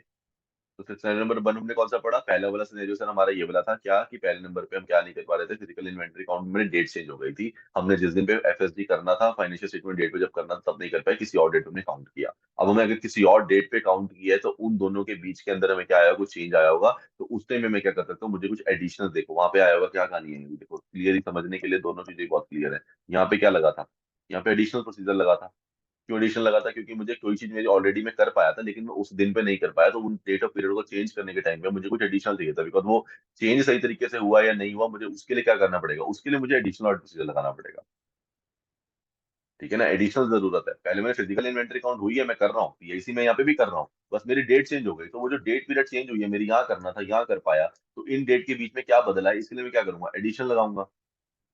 ऐसा तो नहीं है ना मैं यहाँ पे बोल रहा हूँ कि मेरा फिजिकल इन्वेंटरी काउंट ही नहीं मैं कर पाया, फिजिकल इन्वेंटरी काउंट तो मैंने कर रहा हूँ, वो करने के लिए मना नहीं हुआ है, लेकिन मैं क्या कर रहा हूँ, फिजिकल इन्वेंटरी काउंट मैंने करा, लेकिन उसके अंदर मेरी डेट मैंने बदल गया, तो डेट बदलने की वजह से जो मेरे को करना पड़ा, उसके लिए मुझे क्या करना पड़ेगा, एडिशनल लगाना पड़ेगा। वहां पे मैंने लगाया एडिशनल, यहाँ पे तो मेरा फिजिकल इन्वेंटरी काउंट करना पॉसिबल ही नहीं था, तो वो नहीं लगाया, तो मेरा क्या लगेगा, ऑल्टरनेटिव लगेगा। ठीक है ना ये सबको, नाम मत गलत लिखाना, एडिशनल की जगह एडिशनल ही आएगा, ऑल्टरनेटिव एडिशन ऑल्टरनेटिव ही आएगा, ऑडिट प्रोसीजर ही मत लिखाना सिर्फ, कि सेफ्टी साइड खेल लो कि सिर्फ ऑडिट प्रोसीजर बोल देते हैं, ऑडिट प्रोसीजर नहीं आएगा यहाँ पे, वो फर्दर बन जाएगा वरना। ठीक है, तो वो फर्दर भी नहीं है। जहाँ पे एडिशनल है, आप एडिशनल कब होएगा, जब आपने कोई चीज ऑलरेडी हो रही है, आपको एडिशनल में कुछ चेक करना है, वो होएगा एडिशनल। चेंज के लिए चेक करना पड़ा, डेट चेंज के लिए चेक करना पड़ा, तो एडिशनल चेक करना पड़ा, और हो ही नहीं रही है, कुछ और करना पड़ेगा उसकी जगह पे, तो क्या आ जाएगा, ऑल्टरनेटिव। और ये दोनों एरियाज में नहीं हो रहे हैं, तो आपको कुछ और ही लेके आना पड़ेगा, कि कुछ भी काम नहीं करा तो अदर। चलिए सिनेरियो नंबर 3 क्या बोल रहा है, inventory under the custody and the control of the third party. अब हमारी वाली इन्वेंट्री है वो कहाँ पड़ी है, किसी और की कस्टडी में पड़ी है, किसी और के पास पड़ी है, फिर control of third party control के अंदर पड़ी है हमारे पास, लेकिन हमारी इन्वेंट्री, तो हम उसके लिए क्या करता है, ऑडिटर कैसे चेक करता है उसको, कंफर्मेशन ले लेगा पहले, तो सिंपल है। अब आप खुद ही सोचोगे, आपको समझ आ जाएगा क्या, ये कंफर्मेशन ले लो from the third party regarding the quantity and the condition, SA 505। यहाँ पे मैं 505 पे यूज कर सकता हूँ एक्सटर्नल कंफर्मेशन का, बिल्कुल से पूछूंगा भाई मेरी इन्वेंट्री तेरे पास पड़ी है, कंफर्मेशन दे दे। मेरी बुक्स में दिख रहा है, इन्होंने दिखा रखा है कि तेरे पास मेरी 1 लाख की इन्वेंट्री पड़ी है, 100 पेटियां उसके अंदर 10-10 वाली, ऐसा सही सही चल रहा है। हाँ कहेगा सर बिल्कुल सही चल रहा है, 1000 पेटी 10,000 पेटी पड़ी है, और मतलब कि अपना अपना 1000 पेटी पड़ी है, 100 रुपए का रेट है, तो 1 लाख रुपए की हमारा पेटी पड़ी है। मैंने कहा ठीक है, एक्सटर्नल कंफर्मेशन से मैं चेक कर सकता हूँ पहले नंबर पे।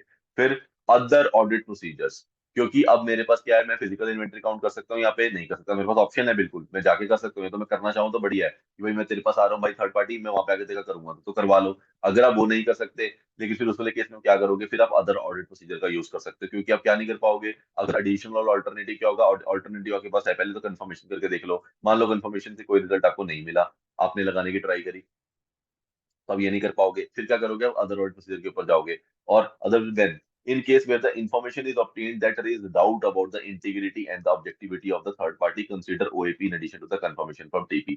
तो अब आपने ये क्या रीजन हो सकता है, यह वाला रीजन भी हो सकता है, क्या आपने इनसे कंफर्मेशन मांगी, कंफर्मेशन इन्होंने दी भी, लेकिन इनकी कंफर्मेशन के अंदर क्या था, आपको कहीं ना कहीं डाउट राइज हुआ उसकी इनकी इंटीग्रिटी के ऊपर, कि यार ये पार्टी तो झूठ बोलती लग रही है, तो मैनेजमेंट वाली बातें करती लग रही है, मेरे को नहीं लग रही कि ये अपने आप में रिलायबल पार्टी है, कहीं ना कहीं उनकी इंटीग्रिटी उनकी ऑब्जेक्टिविटी के ऊपर आपको डाउट हो रहा था, टीवी मतलब थर्ड पार्टी की। तो तब उस वाले केस में क्या करता हूँ, वो तो यार मुझे ना कहीं अदर ऑडिट प्रोसीजर लगा के भी देखने पड़ेंगे, in addition to the confirmation from the third party. जो आपने थर्ड पार्टी से मेरे को कंफर्मेशन आ गई है, मैं मना नहीं कर रहा हूँ, लेकिन अभी भी मेरे को सेटिस्फेक्शन नहीं हुई है, तो मैंने वही बताया, फिजिकल इन्वेंटरी काउंट करा, लेकिन अभी भी सेटिस्फेक्शन नहीं हुई, कुछ एडिशनल करा लेकिन उससे भी सेटिस्फेक्शन नहीं हुई, तो फिर आप क्या करोगे, कुछ और ही प्रोसीजर लगाते हो, जिसे बोलते हो अदर ऑडिट प्रोसीजर। तो अभी के लिए मैंने क्या करा, या तो मैं उसको फिजिकल इन्वेंटरी काउंट करने खुद चला जाऊंगा उसके पास, कि भाई मैं तेरे वाले गोडाउन में ही आ रहा हूँ जहाँ तूने माल रख रखा है मेरा, फिर तो ठीक है, फिर तो कोई दिक्कत ही नहीं है, फिर तो क्या हो जाएगा, पीआईसी बन जाएगा वो, बाकी सारा कुछ छोड़ दो। लेकिन अगर ऐसा मैं नहीं कर पाता कि मेरे को खुद जाना पड़े, तो मैं क्या करता था, कंफर्मेशन लेता हूँ। अब मैंने कंफर्मेशन तो ले ली, पर मुझे कंफर्मेशन के बाद डाउट राइज हो गया, मुझे अभी तक सेटिस्फेक्शन ही नहीं आ रही है कि वो सही बोल, जो सच बोल रहा है नहीं बोल रहा। फिर उसके बाद मैं क्या करूंगा, फिर वो मेरे लिए क्या बनता है, वो मेरे लिए क्या बनेगा, मुझे अदर ऑडिट प्रोसीजर लगाना पड़ेगा, किसी और तरीके से क्या करना पड़ेगा, चेक करना पड़ेगा, या तो मेरे पास क्या है, अदर ऑडिट प्रोसीजर है, और साथ में क्या है परफॉर्म इंस्पेक्शन में इंस्पेक्शन भी परफॉर्म कर सकता हूँ, मतलब मैं इंस्पेक्ट करने भी जा सकता हूँ, खुद भी चेक करने जा सकता हूँ। ये तो मेरे पास ऑप्शन है ही है, या तो इंस्पेक्शन करने चला जाऊंगा मतलब खुद करने चला जाऊंगा, ये तो आ गया पीआईसी। पीआईसी तो मैंने करना नहीं है, इस ऑप्शन को मान लो मैं नहीं समझ के चल रहा, फिर मैंने ली कंफर्मेशन, कंफर्मेशन से काम नहीं, मेरा डाउट आया तो फिर मेरा क्या आ जाएगा पिक्चर में, OAP पिक्चर में आ जाएगा, अदर ऑडिट प्रोसीजर मुझे लगाना पड़ेगा। यहाँ पे आप बोल सकते हो क्या कि आप एडिशनल ऑडिट प्रोसीजर लगा के भी देख सकते हो, देखो बिल्कुल देखो, एडिशनल देख लो कुछ चेक करके, आपको मिलता है एडिशनल, एडिशनली था वैसे ये। अगर आप बात करोगे तो एक्सटर्नल कंफर्मेशन क्या है, एडिशनल है कि भाई मेरे पहले वाले से काम नहीं बना, मैंने एडिशनली कुछ और चेक करके देख लिया ताकि मुझे कंफर्मेशन मिल जाए। अगर तो मैं ये मान के चल रहा हूँ है ही नहीं, तो ये मेरा क्या बन जाएगा, ऑल्टरनेटिव।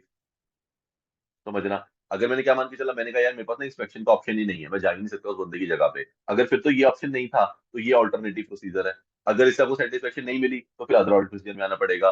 अगर ये ऑप्शन अवेलेबल था तो फिर ये क्या है, एडिशनल है। अगर आपको इसे सेटिस्फेक्शन नहीं मिली तो कहाँ आना पड़ेगा, OAP में आना पड़ेगा। अब ये वाला पॉइंट बताओ आपको पहले यहाँ पे क्लियर हुआ या नहीं हुआ, मैं थोड़ा सा लिख भी देता हूँ। क्या फिजिकल इन्वेंटरी काउंट पॉसिबल है, या फिजिकल इन्वेंटरी पॉसिबल नहीं है? अगर तो फिजिकल इन्वेंटरी काउंट करना पॉसिबल है तो पहले तो आप इसी को परफॉर्म करोगे, पर इससे अगर आपको 100% सेटिस्फेक्शन नहीं मिलती तो आप एडिशनल प्रोसीजर की तरफ चले जाओगे, कोई दिक्कत नहीं है, क्योंकि इसको 20-30% आपको इससे और चाहिए। यहाँ से आपको क्या मिल गया, 70 मिल गया, 20-30 यहाँ से ले लिया, हमारा काम बन गया, तो चल जाएगा। लेकिन अगर आपको physical inventory count option available नहीं है तो फिर आप क्या करोगे, ऑल्टरनेटिव ढूंढने जाओगे,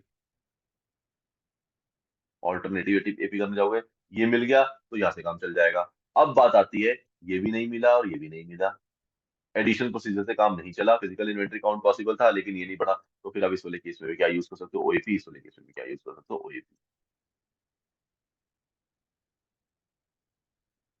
बता दो।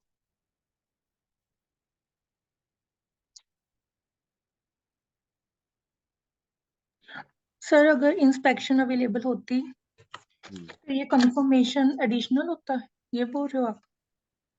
अगर अगर PIC अवेलेबल होती तो मैं PIC ही कर लेता, फिर तो मुझे एक्सटर्नल कंफर्मेशन की जरूरत ना पड़ती। ठीक है ना, फिर तो मुझे जरूरत ही नहीं थी, मुझे एक्सटर्नल कंफर्मेशन क्यों ही लेनी है, मतलब मैं एडिशनली चाहूँ तो ले सकता हूँ। उससे पहले मैंने क्या करा, मैंने बोला कि चल यार पहले मैं जाना 3 दिन बाद जाना है, मैं भी पूछ लेता हूँ भाई, मैंने तुमसे पूछा है, मेरे पास इतने रिकॉर्ड पड़े हैं, मेरे रिकॉर्ड दिखा रहे हैं कि तुम्हारे पास मेरी 1 लाख का सामान पड़ा है, क्या तुम्हारे पास पड़ा है, मैंने ले लिया। बट मुझे अभी भी फिजिकल इन्वेंट्री काउंट करना है क्योंकि वो मेरे लिए मेन प्रोसीजर है, तो मैं जाके फिर भी कर सकता हूँ। अगर मैं फिजिकल इन्वेंट्री काउंट कर रहा हूँ तो फिर मेरे लिए क्या बन जाएगा, ये एडिशनल बन जाएगा, एक्स्ट्रा है मेरे पास प्रोसीजर। अच्छा है ना, एक्सटर्नल कंफर्मेशन भी ले लो, क्या दिक्कत है, लेने में तो कोई प्रॉब्लम नहीं है। अब बात ये हो सकती है कि आपको एक्सटर्नल कंफर्मेशन आपने मांगी, उसने रिप्लाई ही नहीं करा, तब क्या करोगे, तब प्रॉब्लम है। एक्सटर्नल कंफर्मेशन लेने में कोई प्रॉब्लम नहीं होती, वो तो आप 505 में लिखवा लीजिए। तो आपके पास ऑप्शन है, क्या आप फिजिकल इन्वेंट्री काउंट करना चाहते हैं तो वही कहानी खत्म हो जाती है, आप PIC कर लीजिए और कहानी खत्म है, फिर तो आपको कुछ और देखने की जरूरत ही नहीं है। पर PIC करने के बाद आपको हो सकता है किसी न किसी रीजन की वजह से आपको लगे यार, वो बोले सर हमारे पास 1 लाख का सामान था लेकिन हमारा एक और गोडाउन है जिसके अंदर इनका 30,000 का सामान पड़ा है, पर वो अभी नहीं खुल सकता 3 दिन के लिए, वो हमारा बंद है, 70,000 का ही हमारा सामान हम आपको अभी दिखा सकते हैं। अब उन्होंने 70 का दिखा दिया फिजिकल इन्वेंट्री काउंट में, वो मैं दिखाया, अब उस चीज के लिए मैं क्या करूंगा, अब उस चीज के लिए फिर मुझे या तो कोई ऑल्टरनेटिव देखना पड़ेगा या एडिशनल देखना पड़ेगा। एडिशनल क्यों, क्योंकि मैं कहूंगा भाई मेरे को अभी कुछ दिखा दो, एडिशनली दिखा सकता है तो, कि मैं तेरे को मेरे को एक्सटर्नल कंफर्मेशन दे दे चल तू, एटलीस्ट मैं मैनेजमेंट से ले लूंगा। या फिर ऑल्टरनेटिव के ऑप्शन मेरे पास अवेलेबल है कि भाई फिर मेरे को ऑल्टरनेटिव देखना पड़ेगा कुछ ना कुछ, कि मुझे क्या करना पड़ेगा, कहीं ना कहीं तो मुझे तेरे इंस्पेक्ट करने पड़ेंगे रिकॉर्ड्स, वो दिखा तेरे पास कौन से तेरे पास लिस्ट बना रखी है जहाँ पे तूने उस गोडाउन में सामान रख रखे, हमारा वाला दिखा कहाँ पे आ रहा है, तो फिर मैं ऑल्टरनेटिव देखना चाहूंगा। मतलब अगर PIC है पर PIC का रिजल्ट मुझे 100% सेटिस्फाई नहीं करता तब मैं आगे बढ़ता हूँ। अगर PIC का रिजल्ट ही मुझे 100% सेटिस्फाई कर देगा तो मुझे आगे बढ़ने की जरूरत भी नहीं पड़ेगी उस वाले केस के अंदर। ठीक है, लेकिन फिजिकल इन्वेंटरी कौन पॉसिबल नहीं थी तब गेम चेंज हो जाती है, अगर वो नहीं थी तो फिर मुझे ऑल्टरनेटिव को ढूंढना पड़ेगा। ऑल्टरनेटिव से अगर मेरे को लगता है पूरी तरीके से काम नहीं बन रहा तो मैं अदर ऑडिट प्रोसीजर पे भी जा सकता हूँ जिससे मेरा 100% बन जाए, मतलब मेरे को बेसिकली 100 बनाना है, 100 के लिए PIC पूरा दे देगा तो 100 खत्म हो गया। अगर PIC ने 100 नहीं दिया, 70 दिया, तो 30 मुझे कहीं और से चाहिए, 30 मैं एडिशन से ले लूंगा। अगर एडिशनल मुझे हेल्प नहीं कर रहे तो मैं अदर ऑडिट प्रोसीजर से ले लूंगा। बेसिकली मुझे 100 पे पहुंचना है। अब आप 100 पे पहुंचने के लिए सोच लो, PIC 100 दे रहा है, PIC अपने आप में 100 होता है, अगर PIC से काम बन गया तो 100 हो गया। PIC से काम नहीं बना, 100 नहीं अचीव हो पाया किसी रीजन की वजह से, then you look for the other options, alternative या additional. Okay got sir. It? हाँ जी। सबको क्लियर है ये? चलें आगे। हाँ जी भाई। चलिए जी, बढ़िया। तो इस वाले केस में क्या था, सिनेरियो 3 केस में अगर सामने वाली पार्टी के पास पड़ी है तो मैं उसे क्या ले सकता हूँ, या तो परफॉर्म कर सकता हूँ इंस्पेक्शन, अगर वो कर सकते हैं तो बहुत बढ़िया। अब नहीं कर पाता तो मैं क्या करूंगा, confirmation from the third party ले लूंगा, एक्सटर्नल कंफर्मेशन का प्रोसीजर लगा लूंगा। अगर उससे मुझे लगता है कहीं ना कहीं क्या नहीं हो रहा, अदर ऑडिट प्रोसीजर लगा के देख लूंगा, क्यों, क्योंकि मुझे उनकी इंटीग्रिटी ऑब्जेक्टिविटी पर डाउट आ रहा था। तो फिर मेरे को ऑप्शन होता है कि मुझे अदर ऑडिट प्रोसीजर कंसिडर करेंगे। ये स्टैंडर्ड इसीलिए बहुत अच्छा है क्योंकि इसके तीनों सिनेरियोस के अंदर तीनों अलग अलग प्रोसीजर यूज हो रहे हैं। पहले नंबर पे आपका पास प्रोसीजर कौन सा यूज होता है, एडिशनल, दूसरे नंबर पे ऑल्टरनेटिव, और अब इस वाले केस में अदर ऑडिट प्रोसीजर ये पिक्चर में आ गया। तो ये सबसे ज्यादा जरूरी था इस स्टैंडर्ड के अंदर जानना हमारे लिए। ये पूरा कंसेप्ट क्लियर करता है इन वाले प्रोसीजर्स का।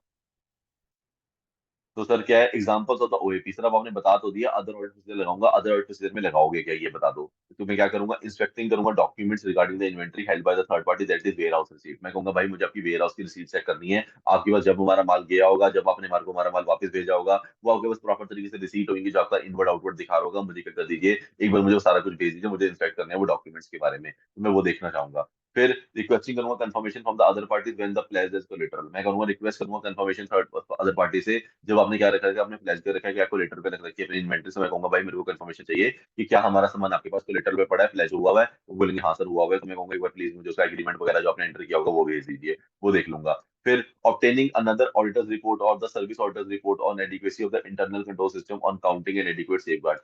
कहीं ना कहीं मेरे पास क्या हो सकती है, मेरे पास उस वाले गोडाउन वाले बंदे की जो वो काम करता है, काम एक्चुअली में स्टोर करने का हमारा लोगों का मटेरियल, उनके पास भी क्या पड़ा होगा, उनकी इन्वेंट्री का उनकी ऑडिट रिपोर्ट पड़ी होगी, तो मैं उनकी ऑडिट रिपोर्ट देखना चाहूंगा, उसके अंदर हमारी भी तो इन्वेंट्री आ रही होगी, तो वो देखूंगा कि क्या उसकी रिपोर्ट सही बन रही है नहीं बन रही, उसने क्वांटिटी दिखा रखी है हमारी इन्वेंट्री क्या नहीं दिखा रखी। और अगर वहाँ पे सर्विस ऑडिटर होगा, वो सर्विसेज देती है कंपनी, तो सर्विस ऑडिटर होगा जो हम 402 के अंदर पढ़ते हैं, 402 जो हमारा स्टैंडर्ड है सर्विस ऑडिटर, तो मैं उसका हेल्प लेके भी क्या कर सकता हूँ, उससे मुझे क्या पता चल जाता है, मैं कहूंगा भाई मेरे को उससे तेरे को क्या चाहिए, मुझे बता दे क्या तेरे इंटरनल कंट्रोल सिस्टम अच्छा है या नहीं अच्छा, वहाँ पे तुम सही तरीके से इंटरनल कंट्रोल लगाते हो, कंट्रोल एनवायरमेंट तुम्हारा अच्छा है, अगर तुम्हारा वो अच्छा होगा तो एटलीस्ट मुझे मेरी दूसरी क्या रहेगी, सेफ्टी रहेगी। क्योंकि मेरा क्या था ऊपर, अगर आपको याद होगा किस किस बारे में मैं पढ़ रहा था, इन्वेंट्री, दो चीजें, कौन सी दो चीजें कवर होती हैं 500 के अंदर 501 में इन्वेंट्री से related. Sir existence and condition. Condition, तो यहाँ पे वो क्या कह रहे हैं, इंटरनल कंट्रोल सिस्टम से क्यों चाहिए उसको, ताकि वो उसी कंडीशंस के बारे में हिसाब लगा पाए कि भाई अगर उनका इंटरनल कंट्रोल अच्छा होगा तो इसका मतलब वो सही तरीके से केयर करते होंगे मटेरियल की, सही तरीके से उसको सही तरीके से रखते होंगे, कवर करके रखते होंगे, बारिश वगैरह से प्रॉब्लम तो नहीं होती, गोडाउन हवा हाइट पे है ना, तो ये सारी चीजें भी मुझे देखनी पड़ती होंगी, तो मुझे इसके लिए चाहिए इंटरनल कंट्रोल सिस्टम। बताओ मुझे तुम्हारा कंट्रोल इन्वायरमेंट कितना अच्छा है, क्योंकि मुझे ये भी सेफगार्ड करना है क्या, कि तेरे पास सामान पड़ा मेरे लिए इनफ नहीं है, वो तो एग्जिस्टेंस हो गई, तेरे पास जो सामान पड़ा है उसकी कंडीशन भी सही पड़ी है या नहीं पड़ी, ये भी मेरे लिए उतना इंपॉर्टेंट चेक है। तो मुझे इंटरनल कंट्रोल सिस्टम भी क्या करना पड़ता है, चेक करना पड़ता है कि तुमने प्रॉपर तरीके से काउंटिंग एंड एडिक्वेट सेफगार्ड लगा रखे हैं उसको सब पर कंट्रोल करने के लिए। क्योंकि अगर आपने अच्छे बड़े गोडाउन देखे होंगे, जो अगर आपने कुछ वीडियोस वगैरह देखे होंगे बड़े बड़े, या फिर मतलब आउटसाइड इंडिया देखोगे, तो हर गोडाउन के आप नीचे देखोगे तो वो कोई भी सामान आपको आपको बेस पे लगा हुआ नहीं दिखेगा, हर सामान आपको थोड़ा सा एटलीस्ट शू रैक जितनी जगह से हाइटेड होता हुआ दिखता है। क्यों, क्योंकि उन्होंने सारा का सारा कहीं पानी ना आ जाए, कुछ ना आ जाए एकदम से नीचे, तो उन्होंने क्या कर रखा होता है, हर किसी गोडाउन के हर आइटम क्या होगी, उनकी जो मशीन होती है वो उसे थोड़ा सा अपलिफ्ट रखती है, ठीक है, प्रॉपर नहीं, मतलब एटलीस्ट मतलब इतना स्टैंडर्ड आपका एरिया हमेशा ऊपर होता है, गोडाउन की उनके प्रिंसिपल्स के अंदर आता है कि आपने कुछ भी बिल्कुल नीचे नहीं रखना है, आपको एटलीस्ट थोड़ा सा हाइटेड पे रखना है, ताकि कुछ प्रॉब्लम आए तो नीचे से प्रॉब्लम क्लियर हो जाए।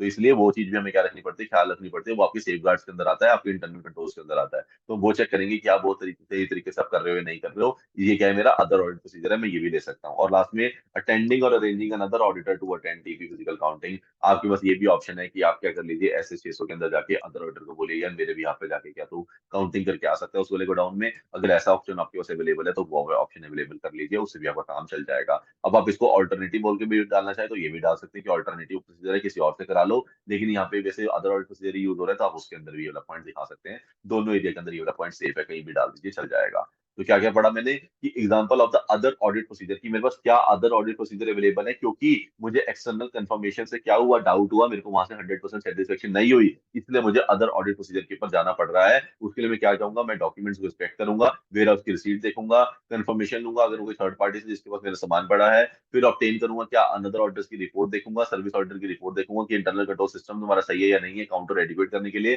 ताकि मैं बिलीव कर पाऊं इंस्पेक्शन और कि किसके ऊपर, कंडीशन के ऊपर और उसकी एग्जिस्टेंस के ऊपर, ताकि मुझे पता चल जाए कि एग्जिस्टेंस भी सही है, कंडीशन भी सही है। और लास्ट में मैं अदर अनदर ऑर्डर को अरेंज करके ये बोल सकता हूँ कि मेरे भी यहाँ पे तुम क्या कराओ, फिजिकल इन्वेंटरी काउंट कराओ, अगर वो मुझे रिपोर्ट दे देगा तो भी मेरा काम क्या हो जाएगा, थोड़ा सा सही हो जाएगा। तो ये मेरे पास क्या ऑप्शन अवेलेबल है, ये मेरे पास अदर ऑडिट प्रोसीजर्स के ऑप्शन अवेलेबल। क्लियर या नहीं, यहाँ पे मेरा इन्वेंटरी वाला पोर्शन हो जाता है। Clear sir. डन है सबको? हाँ जी भाई।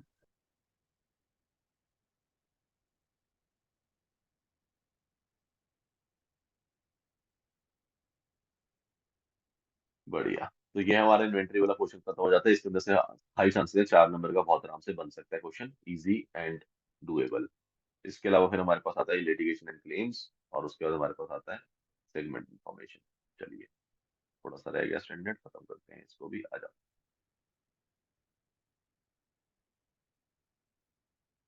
ब्रीदर चाहिए ये कंटिन्यू करें?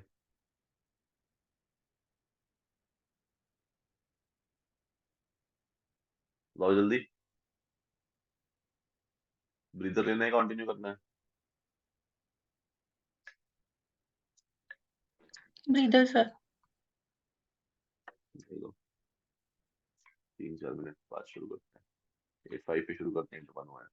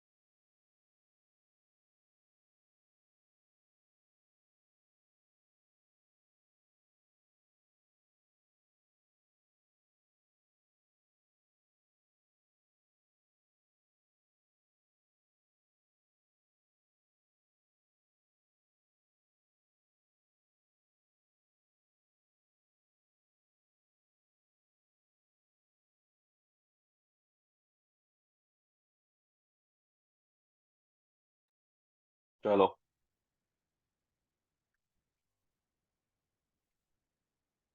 आ जाइए, इन्वेंट्री शुरू करते हैं।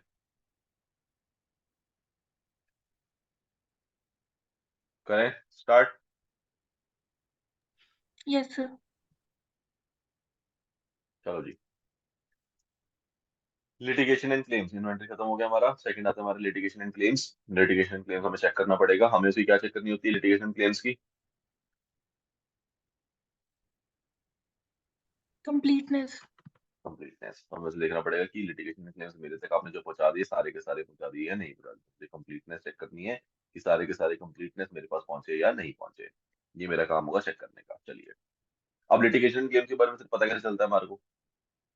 हमेशा हर चीज आपके आंसर की ना जो 500 के अंदर लगती है वो शुरू कहाँ से होती है? वही सफर से शुरू होती है जो हमने पहले स्टार्टिंग में किया। while obtaining an understanding of the entity and its environment as per ऐसे 315।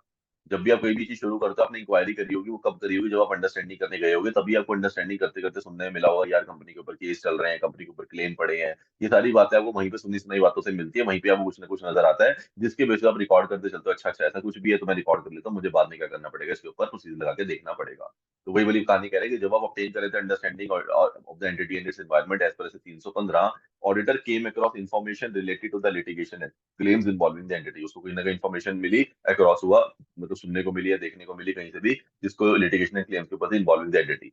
Auditor shall design and implement audit procedure to identify and assess risk of material misstatement to the litigation and the claims. उसे क्या करना पड़ेगा? उसे design and implement करना पड़ेगा audit procedure to identify करने के लिए एंड असेस करने के लिए कि उसके अंदर कितना रिस्क ऑफ मटेरियल मिसस्टेटमेंट छुपा है related to the litigation and claims की। वो लिटिगेशन क्लेम्स हमारे लिए कितने सीवियर है हमारे को देखना पड़ेगा, तब जाके मतलब मैं उसके ऊपर कहानी कर सकता हूँ। तो उसके लिए वो क्या करेगा? Inquiry of the management and other with the entity including the in house legal council.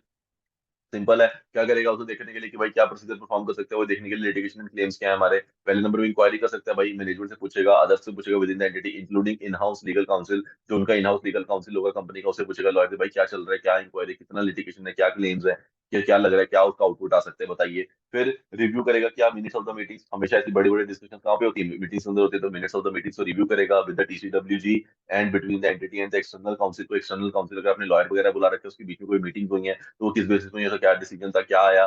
फिर रिव्यू करेगा द लीगल एक्सपेंसेस अकाउंट। मैंने पहले ही बताया था एक बार कि आपको लीगल एक्सपेंसेस अकाउंट से भी निकलता हो पैसे से पता चल जाता है क्या कि भाई कहीं ना कहीं हमारा जो पैसा लग रहा है वो कहीं ना कहीं किसी ऐसी जगह पे लग रहा है जहाँ पे कुछ केस वगैरह चल रहा हो, क्योंकि इतना ज्यादा खर्चा दिख रहा है इस अकाउंट के अंदर, इस अकाउंट से इतनी सारी पेमेंट्स हुई हैं मतलब किसको, लॉयर्स को, हर जगह पे, कि ऐसा लग रहा है कुछ ना कुछ ऐसा है जो मैनेजमेंट के ऊपर क्या है, कोई केस चल रहा है। तभी ये वाला अकाउंट से क्या हो रहा होगा, पैसा बाहर जा रहा होगा।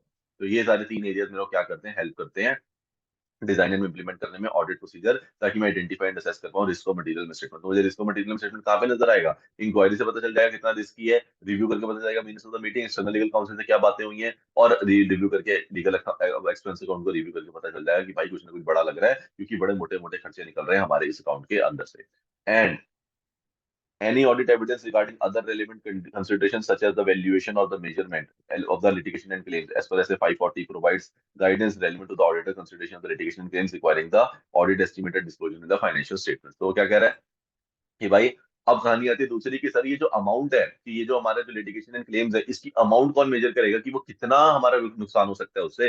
ये तो मान लिया हमारे पास केस हो रखा है, केस तो देखो बड़ी बड़ी अमाउंट का, मान लो 50 लाख का केस चल रहा है कंपनी के ऊपर, बट उसे मेजर करके कौन बताएगा कि 50 का ही नुकसान होगा, 50 से ज्यादा का भी हो सकता है, 50 से कम का भी हो सकता है, वो वैल्यूएशन और मेजरमेंट कौन बताएगा? तो उसने बोला उसके लिए हमारा कौन सा बना होता है, 540 का स्टैंडर्ड होता है जो हमारे को वैल्यूएशन और मेजरमेंट के बारे में बताता है, provide the guidance relevant to the auditor consideration of the litigation claim requiring the, कि उसके लिए अकाउंटिंग एस्टिमेट्स आपको कौन से लेने हैं, डिस्क्लोजर्स कौन से लेने हैं इन द फाइनेंशियल स्टेटमेंट्स के अंदर। उसके लिए मेरे को गाइड करता है कौन, ऐसे 540 गाइड करता है जो वैल्यूएशन और मेजरमेंट के ऊपर बना है। क्या वो उसे किस तरीके से एस्टिमेट लेके शो करना है, कौन से एस्टिमेट दिखाने हैं, और क्या डिस्क्लोजर होना चाहिए बुक्स में एंड इन चीजों से रिलेटेड, वो मैं कौन गाइड कर देता है, 540 गाइड कर देता है। तो मैं कहीं ना कहीं उसके लिए भी ऑडिट एविडेंस मुझे लेने पड़ेंगे। 540 यहाँ पे इंपॉर्टेंट नहीं है, इंपॉर्टेंट ये है कि आपको ये भी ऑडिट एविडेंस लेने पड़ेंगे क्योंकि वैल्यूएशन और मेजरमेंट सही तरीके से हुई है नहीं हुई है। उसके लिए 540 आपके पास ऑप्शन में आता है, 540 के थ्रू भी उसको ले सकते हो, या फिर एक्सपर्ट वगैरह बुला के भी आप क्या कर सकते हो, उसे भी करवा सकते हो। क्योंकि एक्सपर्ट इसमें कौन है, लॉयर बता देगा कि सर देखो इतने का नुकसान लग रहा है हमारे को, तो उससे भी हमारे को क्या मिल जाएगा, प्रॉपर तरीके से आइडिया मिल सकता है। लेकिन कहीं ना कहीं 540 भी आपको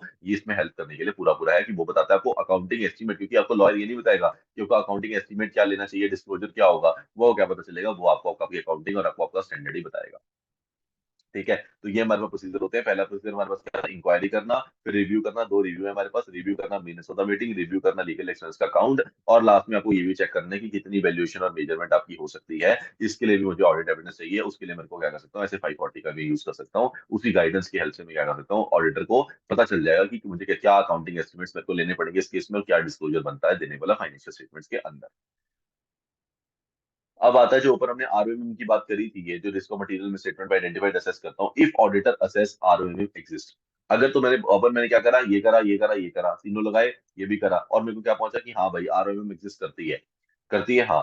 तो और अदर मटेरियल एलएमसी एग्जिस्ट, और क्या है कि या फिर other material litigation claim exist करते हैं, या फिर मुझे नजर आया भाई ये तो अदर भी है जो मटेरियल लिटिगेशन क्लेम एग्जिस्ट करते हैं, in addition to the APs performed plus seek direct communication with in the entity's external legal counsel. Very very important, very very very important, क्या सीक करना डायरेक्ट कम्युनिकेशन, बहुत जरूरी है। क्या कि सीख करना डायरेक्ट कम्युनिकेशन। अब आपको क्या करना है कि आपको लगता है क्या कि रिस्क और मटेरियल मिसस्टेटमेंट आपने देखा है, भाई मैंने देखा है एक्सटर्नल लीगल अकाउंट से पैसा बहुत गया है बाहर, ठीक है, कहीं ना कहीं मुझे पता चला कि कितना कहीं ना कहीं मैंने रिव्यू करा प्रॉपर तरीके से, मैंने इंक्वायरी करी है, और मुझे लग रहा है risk of material misstatement actually में बड़ा है। अगर मुझे ऐसा लगता है कि risk of material misstatement actually में बड़ा है, and other material litigation and claim भी हो सकते हैं इसके चक्कर में, तो मैं क्या करूंगा, मैं उनको बोलता हूँ मैनेजमेंट की, भाई देखो जो मैंने ऑडिट प्रोसीजर लगाया वो तो लगाया, पर मुझे क्या करना चाहिए, मुझे ना आपकी हेल्प चाहिए, किसके लिए, मुझे डायरेक्ट कम्युनिकेशन करवा दीजिए, किससे, with in the entity's external legal council से, क्योंकि मेरे को डायरेक्टली एक्सटर्नल लीगल काउंसिल से डायरेक्टली बात करना अलाउड नहीं होता, मुझे मैनेजमेंट के थ्रू ही जाना पड़ता है। तो मैं उन्हें बोला क्या कि मेरे को आपकी हेल्प चाहिए, कि मुझे क्या करना है, मैंने जब ऊपर लगाया वो क्या था,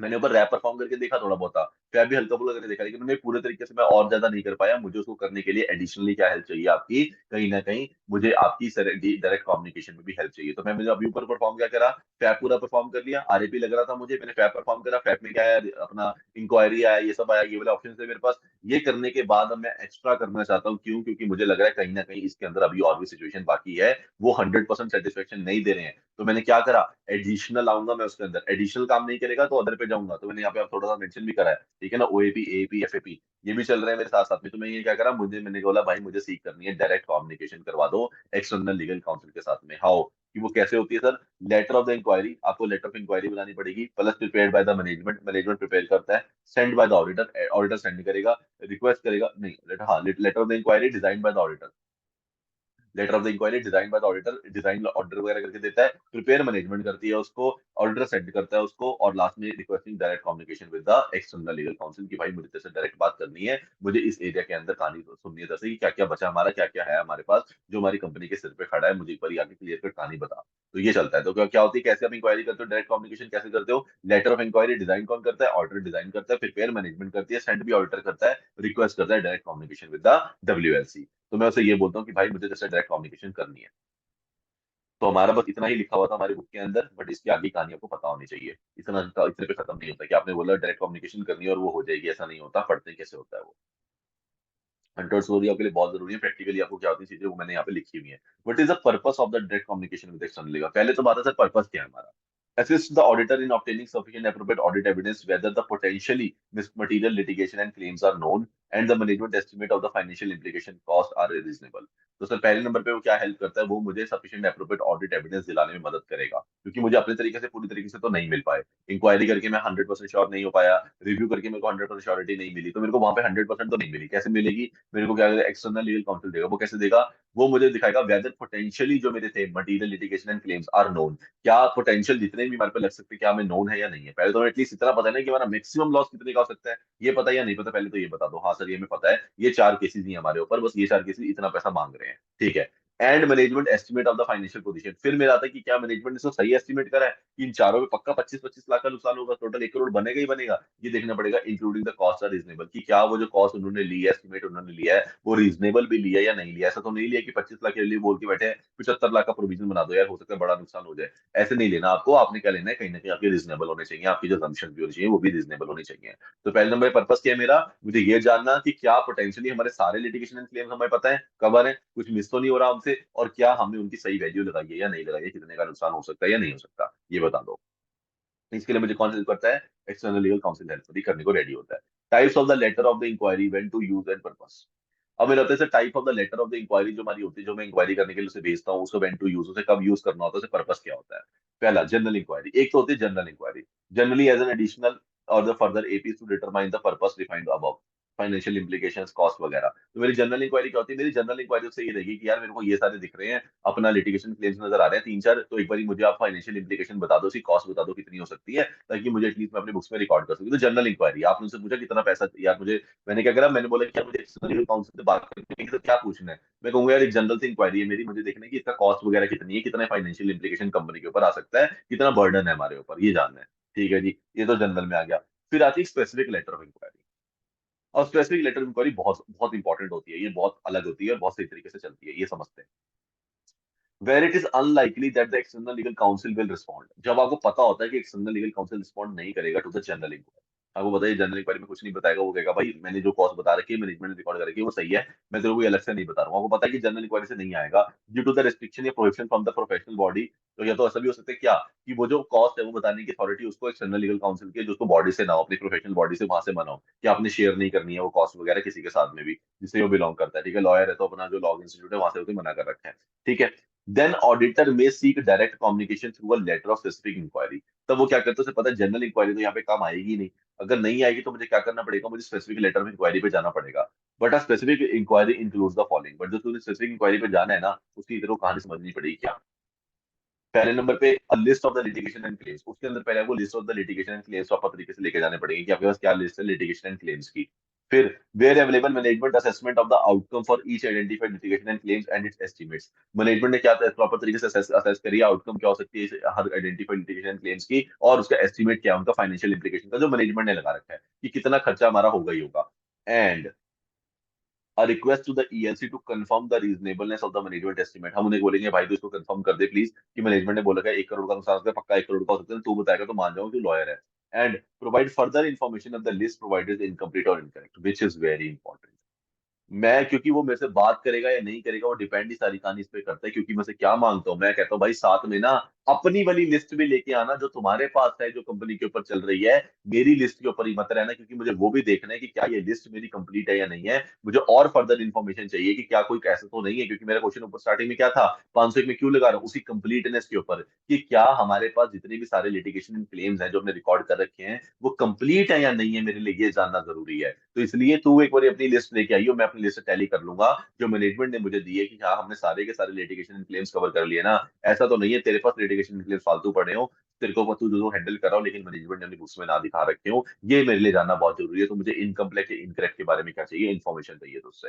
तो ये मुझे लेना होता है किससे, स्पेसिफिक इंक्वायरी में मैं किससे लेता हूँ, ये स्पेसिफिक इंक्वायरी आपको भी स्पेसिफिक लेटर ऑफ इंक्वायरी भेजनी पड़ती है किसको, एक्सटर्नल लीगल काउंसिल को, जब आपको लगता है जनरल इंक्वायरी से काम नहीं चलेगा। जनरल में आपने सिर्फ फाइनेंशियल कॉस्ट पूछनी है, आप जनरल बोल के पूछ लीजिए, क्या पता मिल जाए। नहीं मिलेगा तो आप स्पेसिफिक इंक्वायरी का यूज कर सकते हैं, वहां पे आप उसे कॉस्ट भी पूछ सकते हैं, वहां पे उसे लिस्ट भी मांग सकते हैं, अपनी लिस्ट भी उसे दिखा सकते हैं, टैली भी कर सकते हैं, सब कुछ कर सकते हैं, जिससे आपको एटलीस्ट भरोसा हो जाए कि हाँ भाई हमारे सारे लिटिगेशन एंड क्लेम्स भी कंप्लीट है और उसकी वैल्यू भी ये है, जो मेरे को दोनों ने कंफर्म कर दी, मैनेजमेंट ने भी और एक्सटर्नल लीगल काउंसिल ने भी। तब जाके मेरी सेटिस्फेक्शन का थोड़ा सा हाई लेवल होता है। तो इस तरीके से कहानी चलती है आपकी, जब भी आप क्या करते हो किसी एक्सटर्नल लीगल काउंसिल से क्या मांगते हो, डायरेक्ट सी कम्युनिकेशन, जो इसका नाम है ये इसलिए कि आपको डायरेक्ट सी कम्युनिकेशन से करनी पड़ती है। अब इस वाले केस में क्या है sir, reporting by the auditor, auditor कैसे रिपोर्ट करता है, if management refuses to give permission to the communicate, अब मान लो डायरेक्ट मांगे सी कम्युनिकेशन करने डायरेक्टली, वो मैनेजमेंट रिफ्यूज कर देते हैं, नहीं सर हम तो नहीं करने देंगे। और ईएलसी रिफ्यूज कर देता है कि भाई मैं नहीं कर पाऊंगा, मेरा लॉ मुझे अलाउ नहीं करता, ऐसे वाले कुछ भी केस हो जाए, and auditor is unable to obtain sufficient appropriate audit evidence, मैं क्या करूं, मैं ऑल्टरनेटिव ही नहीं लगा पा रहा। अब देखो ये ऑप्शन अवेलेबल नहीं था तो ऑल्टरनेटिव आया, अब पॉइंट ये है कि मैं ऑल्टरनेटिव भी परफॉर्म नहीं कर पा रहा, ऑल्टरनेटिव में कुछ कर ही नहीं सकता, एक्सटर्नल लीगल काउंसिल से पूछ सकता था, वो साथ नहीं दे रहा, मैनेजमेंट कुछ बता रही है, मैनेजमेंट के पास विश्वास नहीं होता, तो क्या करूं, आप मॉडिफाई कर दीजिए अपना ओपिनियन एज पर ऐसे 705 में, कोई दिक्कत नहीं है। अगर आपको ऑल्टरनेटिव काम नहीं करता, ईएलसी के ऊपर आपको कुछ नहीं मिल रहा, मैनेजमेंट ने रिफ्यूज कर दिया है, रेस्ट्रिक्शन नजर आ रही है मैनेजमेंट की तरफ से, तो आप क्या कर दीजिए, मॉडिफाई कर दीजिए अपना ओपिनियन जो आपको सही लगता है, डिस्क्लेमर देना डिस्क्लेमर दे लो, एडवर्स देना एडवर्स दे लो, आपकी मर्जी है क्या देना है। As per S 700, auditor is required to date the auditor's report no earlier than the date on which the auditor obtains sufficient appropriate audit evidence, मतलब ये तो बिल्कुल सिंपल है क्या, कि जब तक आपको sufficient appropriate audit evidence नहीं मिलते उससे पहले आप अपनी ऑडिट रिपोर्ट के ऊपर डेट नहीं डालेंगे, ऑब्वियसली हम पहले बाद में ही डालते हैं। If auditor status of the LNC up to the date of the auditor's based on the audit procedure design and performed, option should be based on some otherwise updated information needs to be obtained। तो क्या कह रहा है, if auditor has the status of the LC, अगर उसके पास status आ जाता है लिटिगेशन एंड क्लेम्स का up to the date of the auditor's report, जो उस ऑर्डर के रिपोर्टर से पहले उसका स्टेटस आ जाता है कि भाई इस टाइम पे हमारा एलएनसी क्या बोल रहे हैं, जो भी हमने एपी डिजाइनर परफॉर्म करके उसके बेसिस पे मिल जाता है तो बहुत बढ़िया। अगर उसे नहीं मिलता है तो उसे अपडेटेड इन्फॉर्मेशन को क्या करना पड़ेगा, पहले लेना पड़ेगा, तब जाके अपनी ऑडिट रिपोर्ट को वो क्या करता है, साइन करता है। पहले लिटिगेशन क्लेम के ऊपर डायरेक्टली लो कि भाई मेरे पास अपडेटेड नॉलेज है ना, कुछ मिस तो नहीं हो रहा मुझसे, जो भी अब तक हमने बातें करी सब सही है, वो लिंक हाँ सर आपका अपडेटेड नॉलेज है, 4 ही केस चल रहे हैं और ये इतनी अमाउंट है। तब जाने के बाद मैं अपनी ऑडिट रिपोर्ट के अंदर जाऊंगा, वरना मैं अपनी ऑडिट रिपोर्ट के अंदर नहीं जाता हूँ। मतलब मैं लिटिगेशन क्लेम को अपडेटेड नॉलेज के बेसिस पे ही लेके जाता हूँ। ये मेरा क्या बनता है, ये मेरा लिटिगेशन एंड क्लेम्स बनता है। तो पूरा का पूरा लिटिगेशन एंड क्लेम्स के अंदर कि मेरे को 315 के टाइम पे लिटिगेशन एंड क्लेम की कहानी सुनी थी, फिर मुझे नजर आया कि मुझे क्या करना पड़ेगा, डिजाइन एंड इंप्लीमेंट करना पड़ेगा प्रोसीजर, क्योंकि मुझे जानना है क्या आइडेंटिफाई एंड असेस करना है, आरओएम है या नहीं है, 330 लगा के देखना है। उसके लिए मैंने क्या करा, मैंने इंक्वायरी करी, रिव्यू करा। ये करने के बाद मैंने क्या करा, ऑडिट एविडेंस मुझे चाहिए था, तो मैंने वैल्यूएशन एंड मेजरमेंट में चाहिए थी कितनी वैल्यू है, तो मैंने 540 का सारा भी ले लिया, फर्दर ऑडिट प्रोसीजर लगा के देख लिया। अब अगर मुझे लगता है कि एग्जिस्ट एक्चुअली में करती है और कहीं ना कहीं other material litigation and claim भी एग्जिस्ट करते हैं, उस केस में क्या करूंगा, डायरेक्ट करूंगा सी कम्युनिकेशन, प्रोसीजर तो लगाऊंगा ही लगाऊंगा अपना, वो तो है ही है, उसके साथ में मुझे डायरेक्ट कम्युनिकेशन की भी हेल्प लगेगी। अगर मुझे वो मिल जाती है तो बहुत ही बढ़िया। उसके लिए मैं क्या करता हूँ, दो पार्ट यूज करता हूँ, जनरल इंक्वायरी और स्पेसिफिक इंक्वायरी। जनरल इंक्वायरी में मुझे अगर एक ही चीज ज्यादा मांगनी है तो जनरल इंक्वायरी कर लूंगा कि भाई कितना फाइनेंशियल इम्प्लीकेशन है, कॉस्ट बता दो। अदरवाइज अगर मुझे पूरी लिस्ट टैली करनी है और वो चाहिए कि सामने वाला भी लिस्ट लेके आए, तो फिर मुझे स्पेसिफिक इंक्वायरी करनी पड़ेगी, लेटर इंक्वायरी भेजनी पड़ेगी और उनसे रिक्वेस्ट करनी पड़ेगी कि मुझे आपको एक्चुअली में मिलना है, मुझे सामने फेस टू फेस बात करनी है, जानने कोई मिस तो नहीं हो रहा मुझसे, या आपको कोई ऐसा तो नहीं है जो आपके पास हो मेरे पास ना हो। अब वो सब करने के बाद फिर मेरे पास क्या आता है कि फिर मुझे क्या करना पड़ेगा, रिपोर्टिंग आती है, रिपोर्टिंग के अंदर अगर मुझे मैनेजमेंट रिफ्यूज कर देता है उनसे मिलने के लिए और मुझे नहीं लेने देता ऑडिट एविडेंस और मेरे पे ऑल्टरनेटिव ऑप्शन अवेलेबल नहीं है, तो फिर मैं क्या करूंगा, मॉडिफाई कर दूंगा। अदरवाइज मैं 700 के अंदर रिपोर्ट तब देता हूँ जब मेरे पास ऑलरेडी लिटिगेशन एंड क्लेम्स के बारे में आ जाता है और साथ में अपडेटेड नॉलेज भी आ जाती है, तब जाके मेरी रिपोर्ट बनती है। और लास्ट में क्या ले सकता हूँ, मेरे सेफ्टी के लिए आज फॉर रिटर्न रिप्रेजेंटेशन, मैं मैनेजमेंट से रिटर्न रिप्रेजेंटेशन मांग सकता हूँ, मैनेजमेंट और टीसीडब्ल्यूजी से, क्या that all the known actual or possible litigation and claims relevant to the financial statements are disclosed to the auditor। All the non actual, जो हमारे पास एक्चुअल है वो भी, और जो पॉसिबल लिटिगेशन एंड क्लेम आपको लगता है हो सकते हैं या जिसकी बातें भी चल रही हैं वो सारे भी आपको मुझे क्या करने हैं, डिस्क्लोज करने हैं। Accounted in the financial statement होने चाहिए एज पर एएफआरएफ और प्रॉपर तरीके से डिस्क्लोज होने चाहिए। तो ठीक है, अब डिस्क्लोज कितने, disclose proper in the financial statement, तो फाइनेंशियल स्टेटमेंट में अकाउंटेड हो, डिस्क्लोज हो, और मेरे को भी डिस्क्लोज होने चाहिए, मेरे को भी आपको बताने हैं। ये दो काम आपको करने पड़ेंगे, ये मेरे को रिटर्न रिप्रेजेंटेशन में लिख के दीजिए कि क्या आपने मुझे सारे के सारे एक्चुअल और possible litigation and claims disclose कर दिए, बहुत बढ़िया। अगर कर दिए तो सही तरीके से उनका अकाउंट फॉर किया है, करा है, और क्या आपने उसका प्रॉपर डिस्क्लोजर दिया है अलग से कि भाई ये सारे नुकसान हमें हो सकते हैं, कंटीजेंट लायबिलिटी दिखाया या नहीं दिखाया, ये भी मुझे बता दो। तब जाके मेरी सेटिस्फेक्शन क्या होगी, पूरी होगी। तो ये किसी भी एविडेंस को क्या बनाने में हेल्प करेगा, कॉरोबोरेटिव बनाने में हेल्प करेगा। ऊपर वाले प्रोसीजर लगा के क्या लेके आऊंगा, एपी से परफॉर्म करके मैं क्या लेके आऊंगा, एसएई लेके आऊंगा, प्लस मैं ये ले लूंगा तो मेरा क्या बन जाएगा, मोर कोरेबोरेटिव ऑडिट एविडेंस बन जाएगा। ऊपर एसएई से मुझे बहुत कुछ मिल जाएगा, प्लस मेरे पास ये मिल जाएगा। अगर कुछ ऊपर एसएई से कुछ नहीं मिलता तब फिर अपने आप में ये क्या नहीं होगा, इनफ नहीं होगा। क्लियर और नॉट, बता दो। Clear sir. सबको क्लियर है लिटिगेशन एंड क्लेम्स? हाँ जी। इतने देखो, इतना मुश्किल नहीं है ये, बस ये है कि इसको पता होना चाहिए ऑल्टरनेटिव कहाँ आएगा, अदर कहाँ आएगा, एडिशनल कहाँ आएगा, ये सारी कहानी आपको ध्यान में रखनी है, बाकी सब तो हो जाएगा। भरत क्लियर है? जिंदा? अमन का आ गया, यस। हाँ जी, हाँ जी। ठीक है, जिंदा का भी आ गया, चलिए। अब चलते हैं सर, लास्ट टॉपिक हमारा छोटा सा सिंपल सा सेगमेंट इन्फॉर्मेशन। इसके में क्या ध्यान रखता है, इसका पीएनडी, प्रेजेंटेशन एंड डिस्क्लोजर, कि भाई ये सही तरीके से हुआ या नहीं हुआ, हमें ये देखना पड़ता है, ये देख लेते हैं। अगर हम प्रेजेंटेशन डिस्क्लोजर की बात करेंगे तो सबसे पहले कौन आएगा, एज पर एएफआरएफ ही आएगा। तो according to AFRF the entity may require to disclose segment information in the financial statements, the auditor shall obtain sufficient appropriate audit evidence regarding the presentation and disclosure. उसके लिए वो क्या करता है, ऑडिट प्रोसीजर परफॉर्म। देखो तीनों के अंदर ऑडिट प्रोसीजर ही परफॉर्म होगा। अब लिटिगेशन क्लेम की बात करें तो 315 से घूम के आएगा, कुछ ना कुछ सुनना होगा, उसके बेसिस पे हमें क्या करना पड़ेगा, ऑडिट प्रोसीजर लगाना पड़ेगा, तो वहां पे 315 से गानी शुरू करनी है।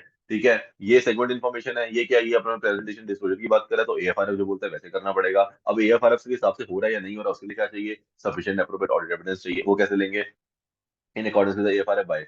अब एएफआरएफ क्या बोलता है भाई, obtaining and understanding of the method used by the management determine segment information. पहले तो मुझे जानना है, आप अंडरस्टैंडिंग लेनी है मेथड की जो यूज करे मैनेजमेंट ने डिटरमाइन करने के लिए कि सेगमेंट इन्फॉर्मेशन अलग कौन सी है, कैसी है, ये देखना पड़ेगा। एंड इवेल्युएट करना है method likely to result as per Ind AS, और कहीं ना कहीं इवेल्युएट करूंगा मेथड लाइकली टू, क्या वो एज पर इंडियस है या नहीं है। कौन सा इंडियस लगता है यहाँ पे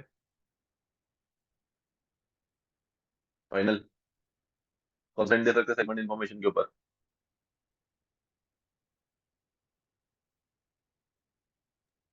108।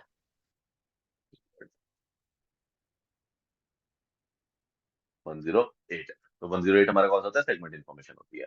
तो अच्छी बात, पता है तो गुड है, नहीं पता था तो प्लीज ऐसे, अगर तुम्हें स्टैंडर्ड्स के नाम नहीं याद रहने वाले तो बहुत मुश्किल होने वाला है। आपको स्टैंडर्ड्स के नाम, ये लॉ के सेक्शंस के नाम और ऑडिट के स्टैंडर्ड्स के नाम, ये तो रटे होने चाहिए यार। मतलब इसके अंदर कोई कॉम्प्रोमाइज नहीं होना चाहिए, मतलब हमारी पहचान ही यहाँ से है। अदन तो कोई फायदा नहीं है। ठीक है ना, अगर कोई अब लॉयर होगा, वो अगर आईपीसी के उसे सेक्शन नहीं आते तो फिर कोई फायदा नहीं है। ठीक है ना, इसलिए अगर हमारे को ऑडिटर होकर हमारे को, अगर हमारे को ऑडिट के सेक्शन नहीं आते, अकाउंटिंग स्टैंडर्ड्स के, हमारे को इंडेक्स के नाम नहीं पता, कोई फायदा नहीं है। मतलब ये तो बेसिक नीड है। ठीक है, ये तो आप भूल ही नहीं सकते। अगर ये भूल रहे हो तो कहीं ना कहीं हमारे अंदर प्रॉब्लम है, हम फिर सही तरीके से नहीं कर रहे हैं कुछ ना कुछ, because this is something which is basic and very important. अब कोई बोले सर मुझे याद ही नहीं होते, फिर ऐसी इसका कोई चीज नहीं होती, याद सब कुछ होता है, आपको करना आना चाहिए बस। ऐसा नहीं होता कि याद नहीं होता। चलो, तो फिर मैंने क्या बोला यहाँ पे, पहले नंबर पे मैं क्या करूंगा, ऑब्टेन करूंगा अंडरस्टैंडिंग ऑफ द मेथड्स, कि आप कौन से मेथड यूज करिए मैनेजमेंट डिटरमाइन करने के लिए, और फिर कंपेयर करके देखूंगा कि एज पर इंडियस क्या बोला जाता है और वो सही तरीके से हो रहा है या नहीं हो रहा। Test application for the such method, मैं टेस्ट करके देखूंगा एप्लीकेशन फॉर सच मेथड के लिए, कि मैं टेस्ट करूंगा कि भाई वो मेथड सही तरीके से काम कर रहा है या नहीं कर रहा। फिर second, performing the analytical procedure of the OAPs in the circumstances, तो कहीं ना कहीं मेरे पास ज्यादा कुछ तो है नहीं प्रेजेंटेशन डिस्क्लोजर देखने के लिए, इंडियस के हिसाब से होगा तो बहुत ही बढ़िया होगा, उन्होंने क्या कर रखा है उसे देख लूंगा। परफॉर्म करके क्या देख सकता हूँ, analytical procedure, analytical procedure check कर सकता हूँ, मेरे को ये मेरे पास ऑप्शन देगा, अनयूजुअल कुछ तो नहीं हो रहा, रिलेशनशिप तो नहीं है कोई भी, ये चेक हो जाएगा, या फिर मुझे कंपैरिजन करने में हेल्प चाहिए होगी तो वो मिल जाएगी। और अदर ऑडिट प्रोसीजर भी कर सकता हूँ, अगर मुझे सर्कमस्टांसेस ने बोला कि भाई अदर ऑडिट प्रोसीजर की जरूरत है तो मैं वो भी कर सकता हूँ। तो ये मेरे पास ऑप्शन है जो मुझे कैसे चेक करने हैं। ऑडिट प्रोसीजर मेरे को लगाना है, छोटा सा ऑडिट प्रोसीजर है 2 पॉइंट का। पहले नंबर पे अंडरस्टैंडिंग द मेथड, अंडरस्टैंड करो एंड इवेल्युएट करो क्या वो एज पर हमारे इंडिया है या नहीं है, और टेस्ट एप्लीकेशन करके देख लो। और सेकंड, परफॉर्मिंग करो एनालिटिकल प्रोसीजर्स और other audit procedure in the circumstances. तो ये सारी मैं दोनों ऑप्शन चेक कर सकता हूँ, जो मेरा क्या है मुझे बता देगा रिलेशन डिस्क्लोजर के बारे में। How to obtain understanding of the method that are likely to result in the disclosure, एक बेहतर तो एग्जांपल बता दो। ऐसे क्वेश्चन बहुत आते हैं पेपर के अंदर, कि how to obtain understanding of the method that likely to result in the disclosure matters, कोई भी बेटर एग्जांपल बता दो जिससे क्या कर सकते हैं, ऑब्टेन कर सकते हैं वो अंडरस्टैंडिंग ऑफ द मेथड्स। पहला, सेल और transfer and charges between the segments and the elimination of the inter segment accounts, तो आपने सेल या ट्रांसफर जो करे हैं बिटवीन द सेगमेंट्स के बीच में, जो सेल और ट्रांसफर हुई है, या फिर elimination of the inter segment amounts हुई है, इसके थ्रू मुझे क्या पता चलेगा, मुझे मेथड के बारे में क्या लग जाएगी, अंडरस्टैंडिंग हो जाएगी कौन सा मेथड हम लोग यूज कर रहे हैं। फिर allocation of the asset and cost among the segments, आप एलोकेशन वगैरह कैसे बांट रहे हो, अगर आपको थोड़ा सा भी याद होगा सेगमेंट रिपोर्टिंग बनाते तो याद है, वो अलग अलग बैलेंस शीट के अंदर बनाते थे, हम अलग अलग सेगमेंट लिखते थे, फिर उसके अंदर हम एलोकेशन को डिफरेंट करते थे, एसेट क्या था तो तीनों में डिवाइड होता था, तो कुछ कॉस्ट आती थी वो तीनों में डिवाइड होती थी। आपको थोड़ा सा भी अगर सेगमेंट याद होगा तो मुझे क्या करते थे, सेगमेंट वाइज हम बांटते थे एक्सपेंसेस को, रेवेन्यूज को। राइट, तो हमें वो वाला क्या करना पड़ेगा, वो हमें एक बार देखना पड़ेगा।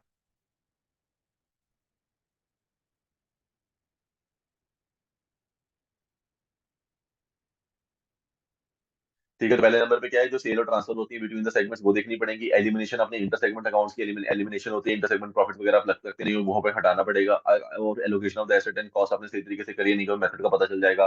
Comparison with the budgets and other expected results, आपको कंपैरिजन करना पड़ेगा बजट के साथ, एक्सपेक्टेड रिजल्ट के साथ। Operating profits as a percentage of the sales, ये जैसे हमने ले रखा था क्या, कि जो हमारा ऑपरेटिंग प्रॉफिट होगा वो मानेंगे कितना परसेंटेज ऑफ सेल, जितनी परसेंटेज ऑफ सेल है सेगमेंट की उसके साथ उसको प्रॉफिट डिस्ट्रीब्यूट कर देंगे, वो देखना पड़ेगा।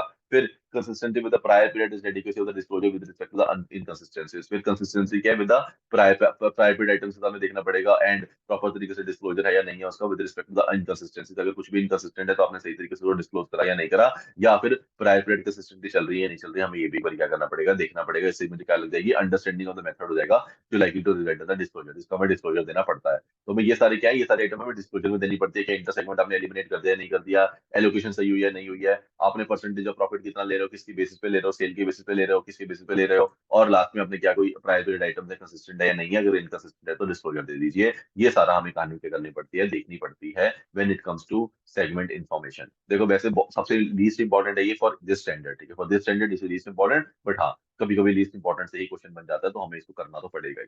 ठीक है, तो हमें क्या करना है, हमें एएफआरएफ के हिसाब से चेक करना है प्रेजेंटेशन डिस्क्लोजर को। प्रोसीजर क्या रहेगा इसका सर, हमें मेथड चेक करना पड़ेगा, क्योंकि मेथड ही मेन है। आपको 108 के हिसाब से जो मेथड लगाना पड़ता है आपने वो लगाया है नहीं लगाया, इवेल्युएट करूंगा, टेस्ट करके देख लूंगा, और एनालिटिकल प्रोसीजर या अदर प्रोसीजर का यूज कर सकता हूँ, क्योंकि अगर मुझे उससे काम नहीं बनेगा तो क्या करना पड़ेगा, एनालिटिकल प्रोसीजर यूज में आएंगे या फिर अदर यूज में आएंगे। ऑल्टरनेटिव में क्या करूँ, इसमें कुछ मुझे पता नहीं है, एडिशनल में क्या करूँ मुझे पता नहीं है, तो अदर ही कुछ कर पाऊंगा, जिससे एटलीस्ट मुझे श्योरिटी मिल जाए कि हाँ भाई ये वैसा ही हो रहा है जैसा होना चाहिए। फिर अंडरस्टैंडिंग लेनी होगी, तो मेरे पास 4 ऑप्शन उन्होंने मेरे को दे दी, जिसके बेसिस पे मैं अंडरस्टैंडिंग ले सकता हूँ मेथड की, कि क्या कौन सा मेथड सेगमेंट इन्फॉर्मेशन में यूज हो रहा होगा। फिर सीएसएल द स्टोरी में क्या बताया यहाँ पे मैंने, the auditor responsibility regarding the presentation disclosure of the SI is in relation to the financial statement as a whole. कहीं ना कहीं यहाँ पे क्या, ये financial statement as a whole भी मुझे चेक करनी होती है जब भी मैं एसआई के बारे में बात करता हूँ। Auditor is not required to perform APs that would be necessary to express an opinion on the segment information prepare on the standalone basis. तो कहीं ना कहीं जो आपने स्टैंड अलोन बेसिस वगैरह पे बना रखी होगी, उससे मेरा कोई लेना देना नहीं है, मैं उसको कभी भी चेक नहीं करता, उसके ऊपर मैं क्या नहीं करता, परफॉर्म नहीं करता। ऑडिट प्रोसीजर मैं किस पे करता हूँ, सिर्फ financial statement level as a whole पे। जब आप कंप्लीटली उस सेगमेंट इन्फॉर्मेशन को कलेक्ट कर लेते हैं, तब जो भी निकल के आती है, तब मेरा काम होता है उसके ऊपर चेक करना। मुझे क्या नहीं करना है, स्टैंड अलोन बेसिस के ऊपर तो काम बिल्कुल भी नहीं करना है, मैं स्टैंड अलोन बेसिस पे कुछ भी चेक नहीं करने वाला। ठीक है, तो मुझे एज अ होल चेक करनी होती है फाइनेंशियल स्टेटमेंट, स्टैंड अलोन पे नहीं करनी होती। एमसीक्यू के लिए बहुत जरूरी है, एक बार याद रख लेना। यहाँ पे जाके हमारा क्या होता है, टॉपिक खत्म हो जाता है। फाइल क्लियर या नहीं बता दीजिए।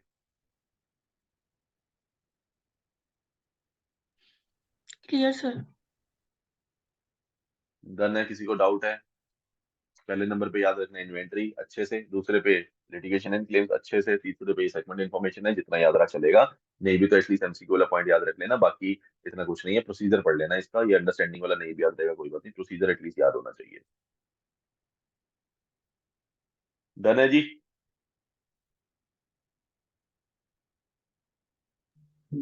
ये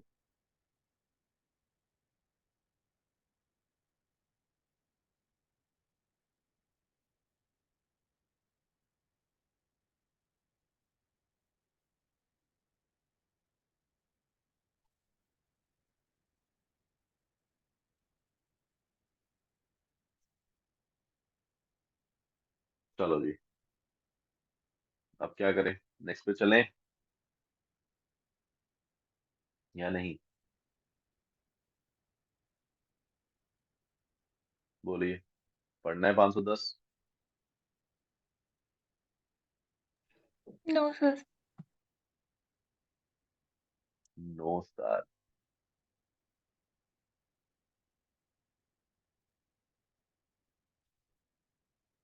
ज्यादा बड़ा तो नहीं है और अच्छा है। 510 नहीं पढ़ेंगे तो क्या करेंगे? बस करें फिर, टुडे बहुत है, एक ही स्टैंडर्ड।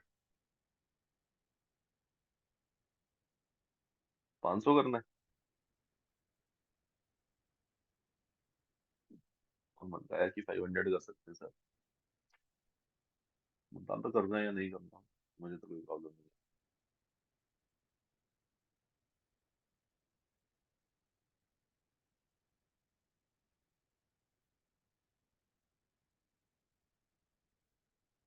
बताइए बताइए, डिसाइड करिए जल्दी से। बाकी जो सारे बोलेंगे, एक का आया 500 कर सकते हैं, एक का आया सर बस हो गया आज का। बाकी जो हैं दो, उनका व्यू पॉइंट जान लेते हैं।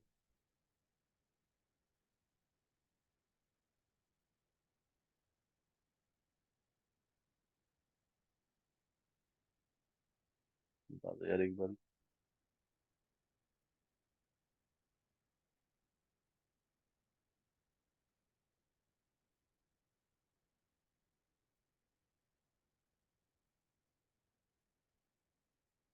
कल करते हैं सर। चलो जी, ये भाई बोल रहे हैं, कल करते हैं। ठीक है जी, बट हमें थोड़ा सा जल्दी पेश करना है इसको, ठीक है? कल कर लेते हैं, कोई दिक्कत नहीं है। देखो वैसे भी मैं पहले इसमें जो हमारा जो मेन कहानी है, वो हमें इंपॉर्टेंट मेन कहानी कवर करनी है, तो वो हम पहले करेंगे। उसके बाद जो रीडिंग स्टैंडर्ड रह जाएंगे वो आप लोग भी निपटा सकते हो।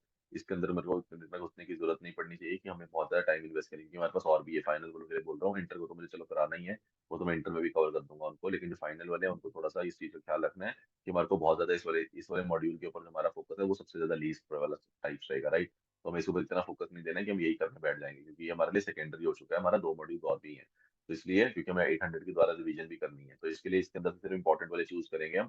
ठीक है, 500 तो हमें, मुझे लगता है हमें करना भी नहीं चाहिए वो तो। यू कैन, हाँ तुम्हारा पॉइंट है कि हमारा टाइम यूटिलाइज के लिए हम बिल्कुल कर सकते हैं अभी, वो दैट इज एग्रीड। लेकिन हाँ, पर अभी के लिए मेरा मतलब है 550 आप लोगों ने सिर्फ रीड करना है, खुद करेंगे आप लोग। 500 रीड करना है, खुद करेंगे। 501 जरूर करना है। लैगिंग? मैं कुछ नहीं करा रहा हूँ हरप्रीत, सिर्फ बोल रहा हूँ, मैं बोल नहीं रहा हूँ कुछ भी।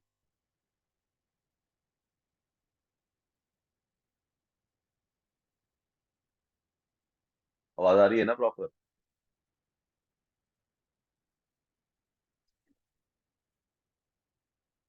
चलिए, आज को वैसे क्लास की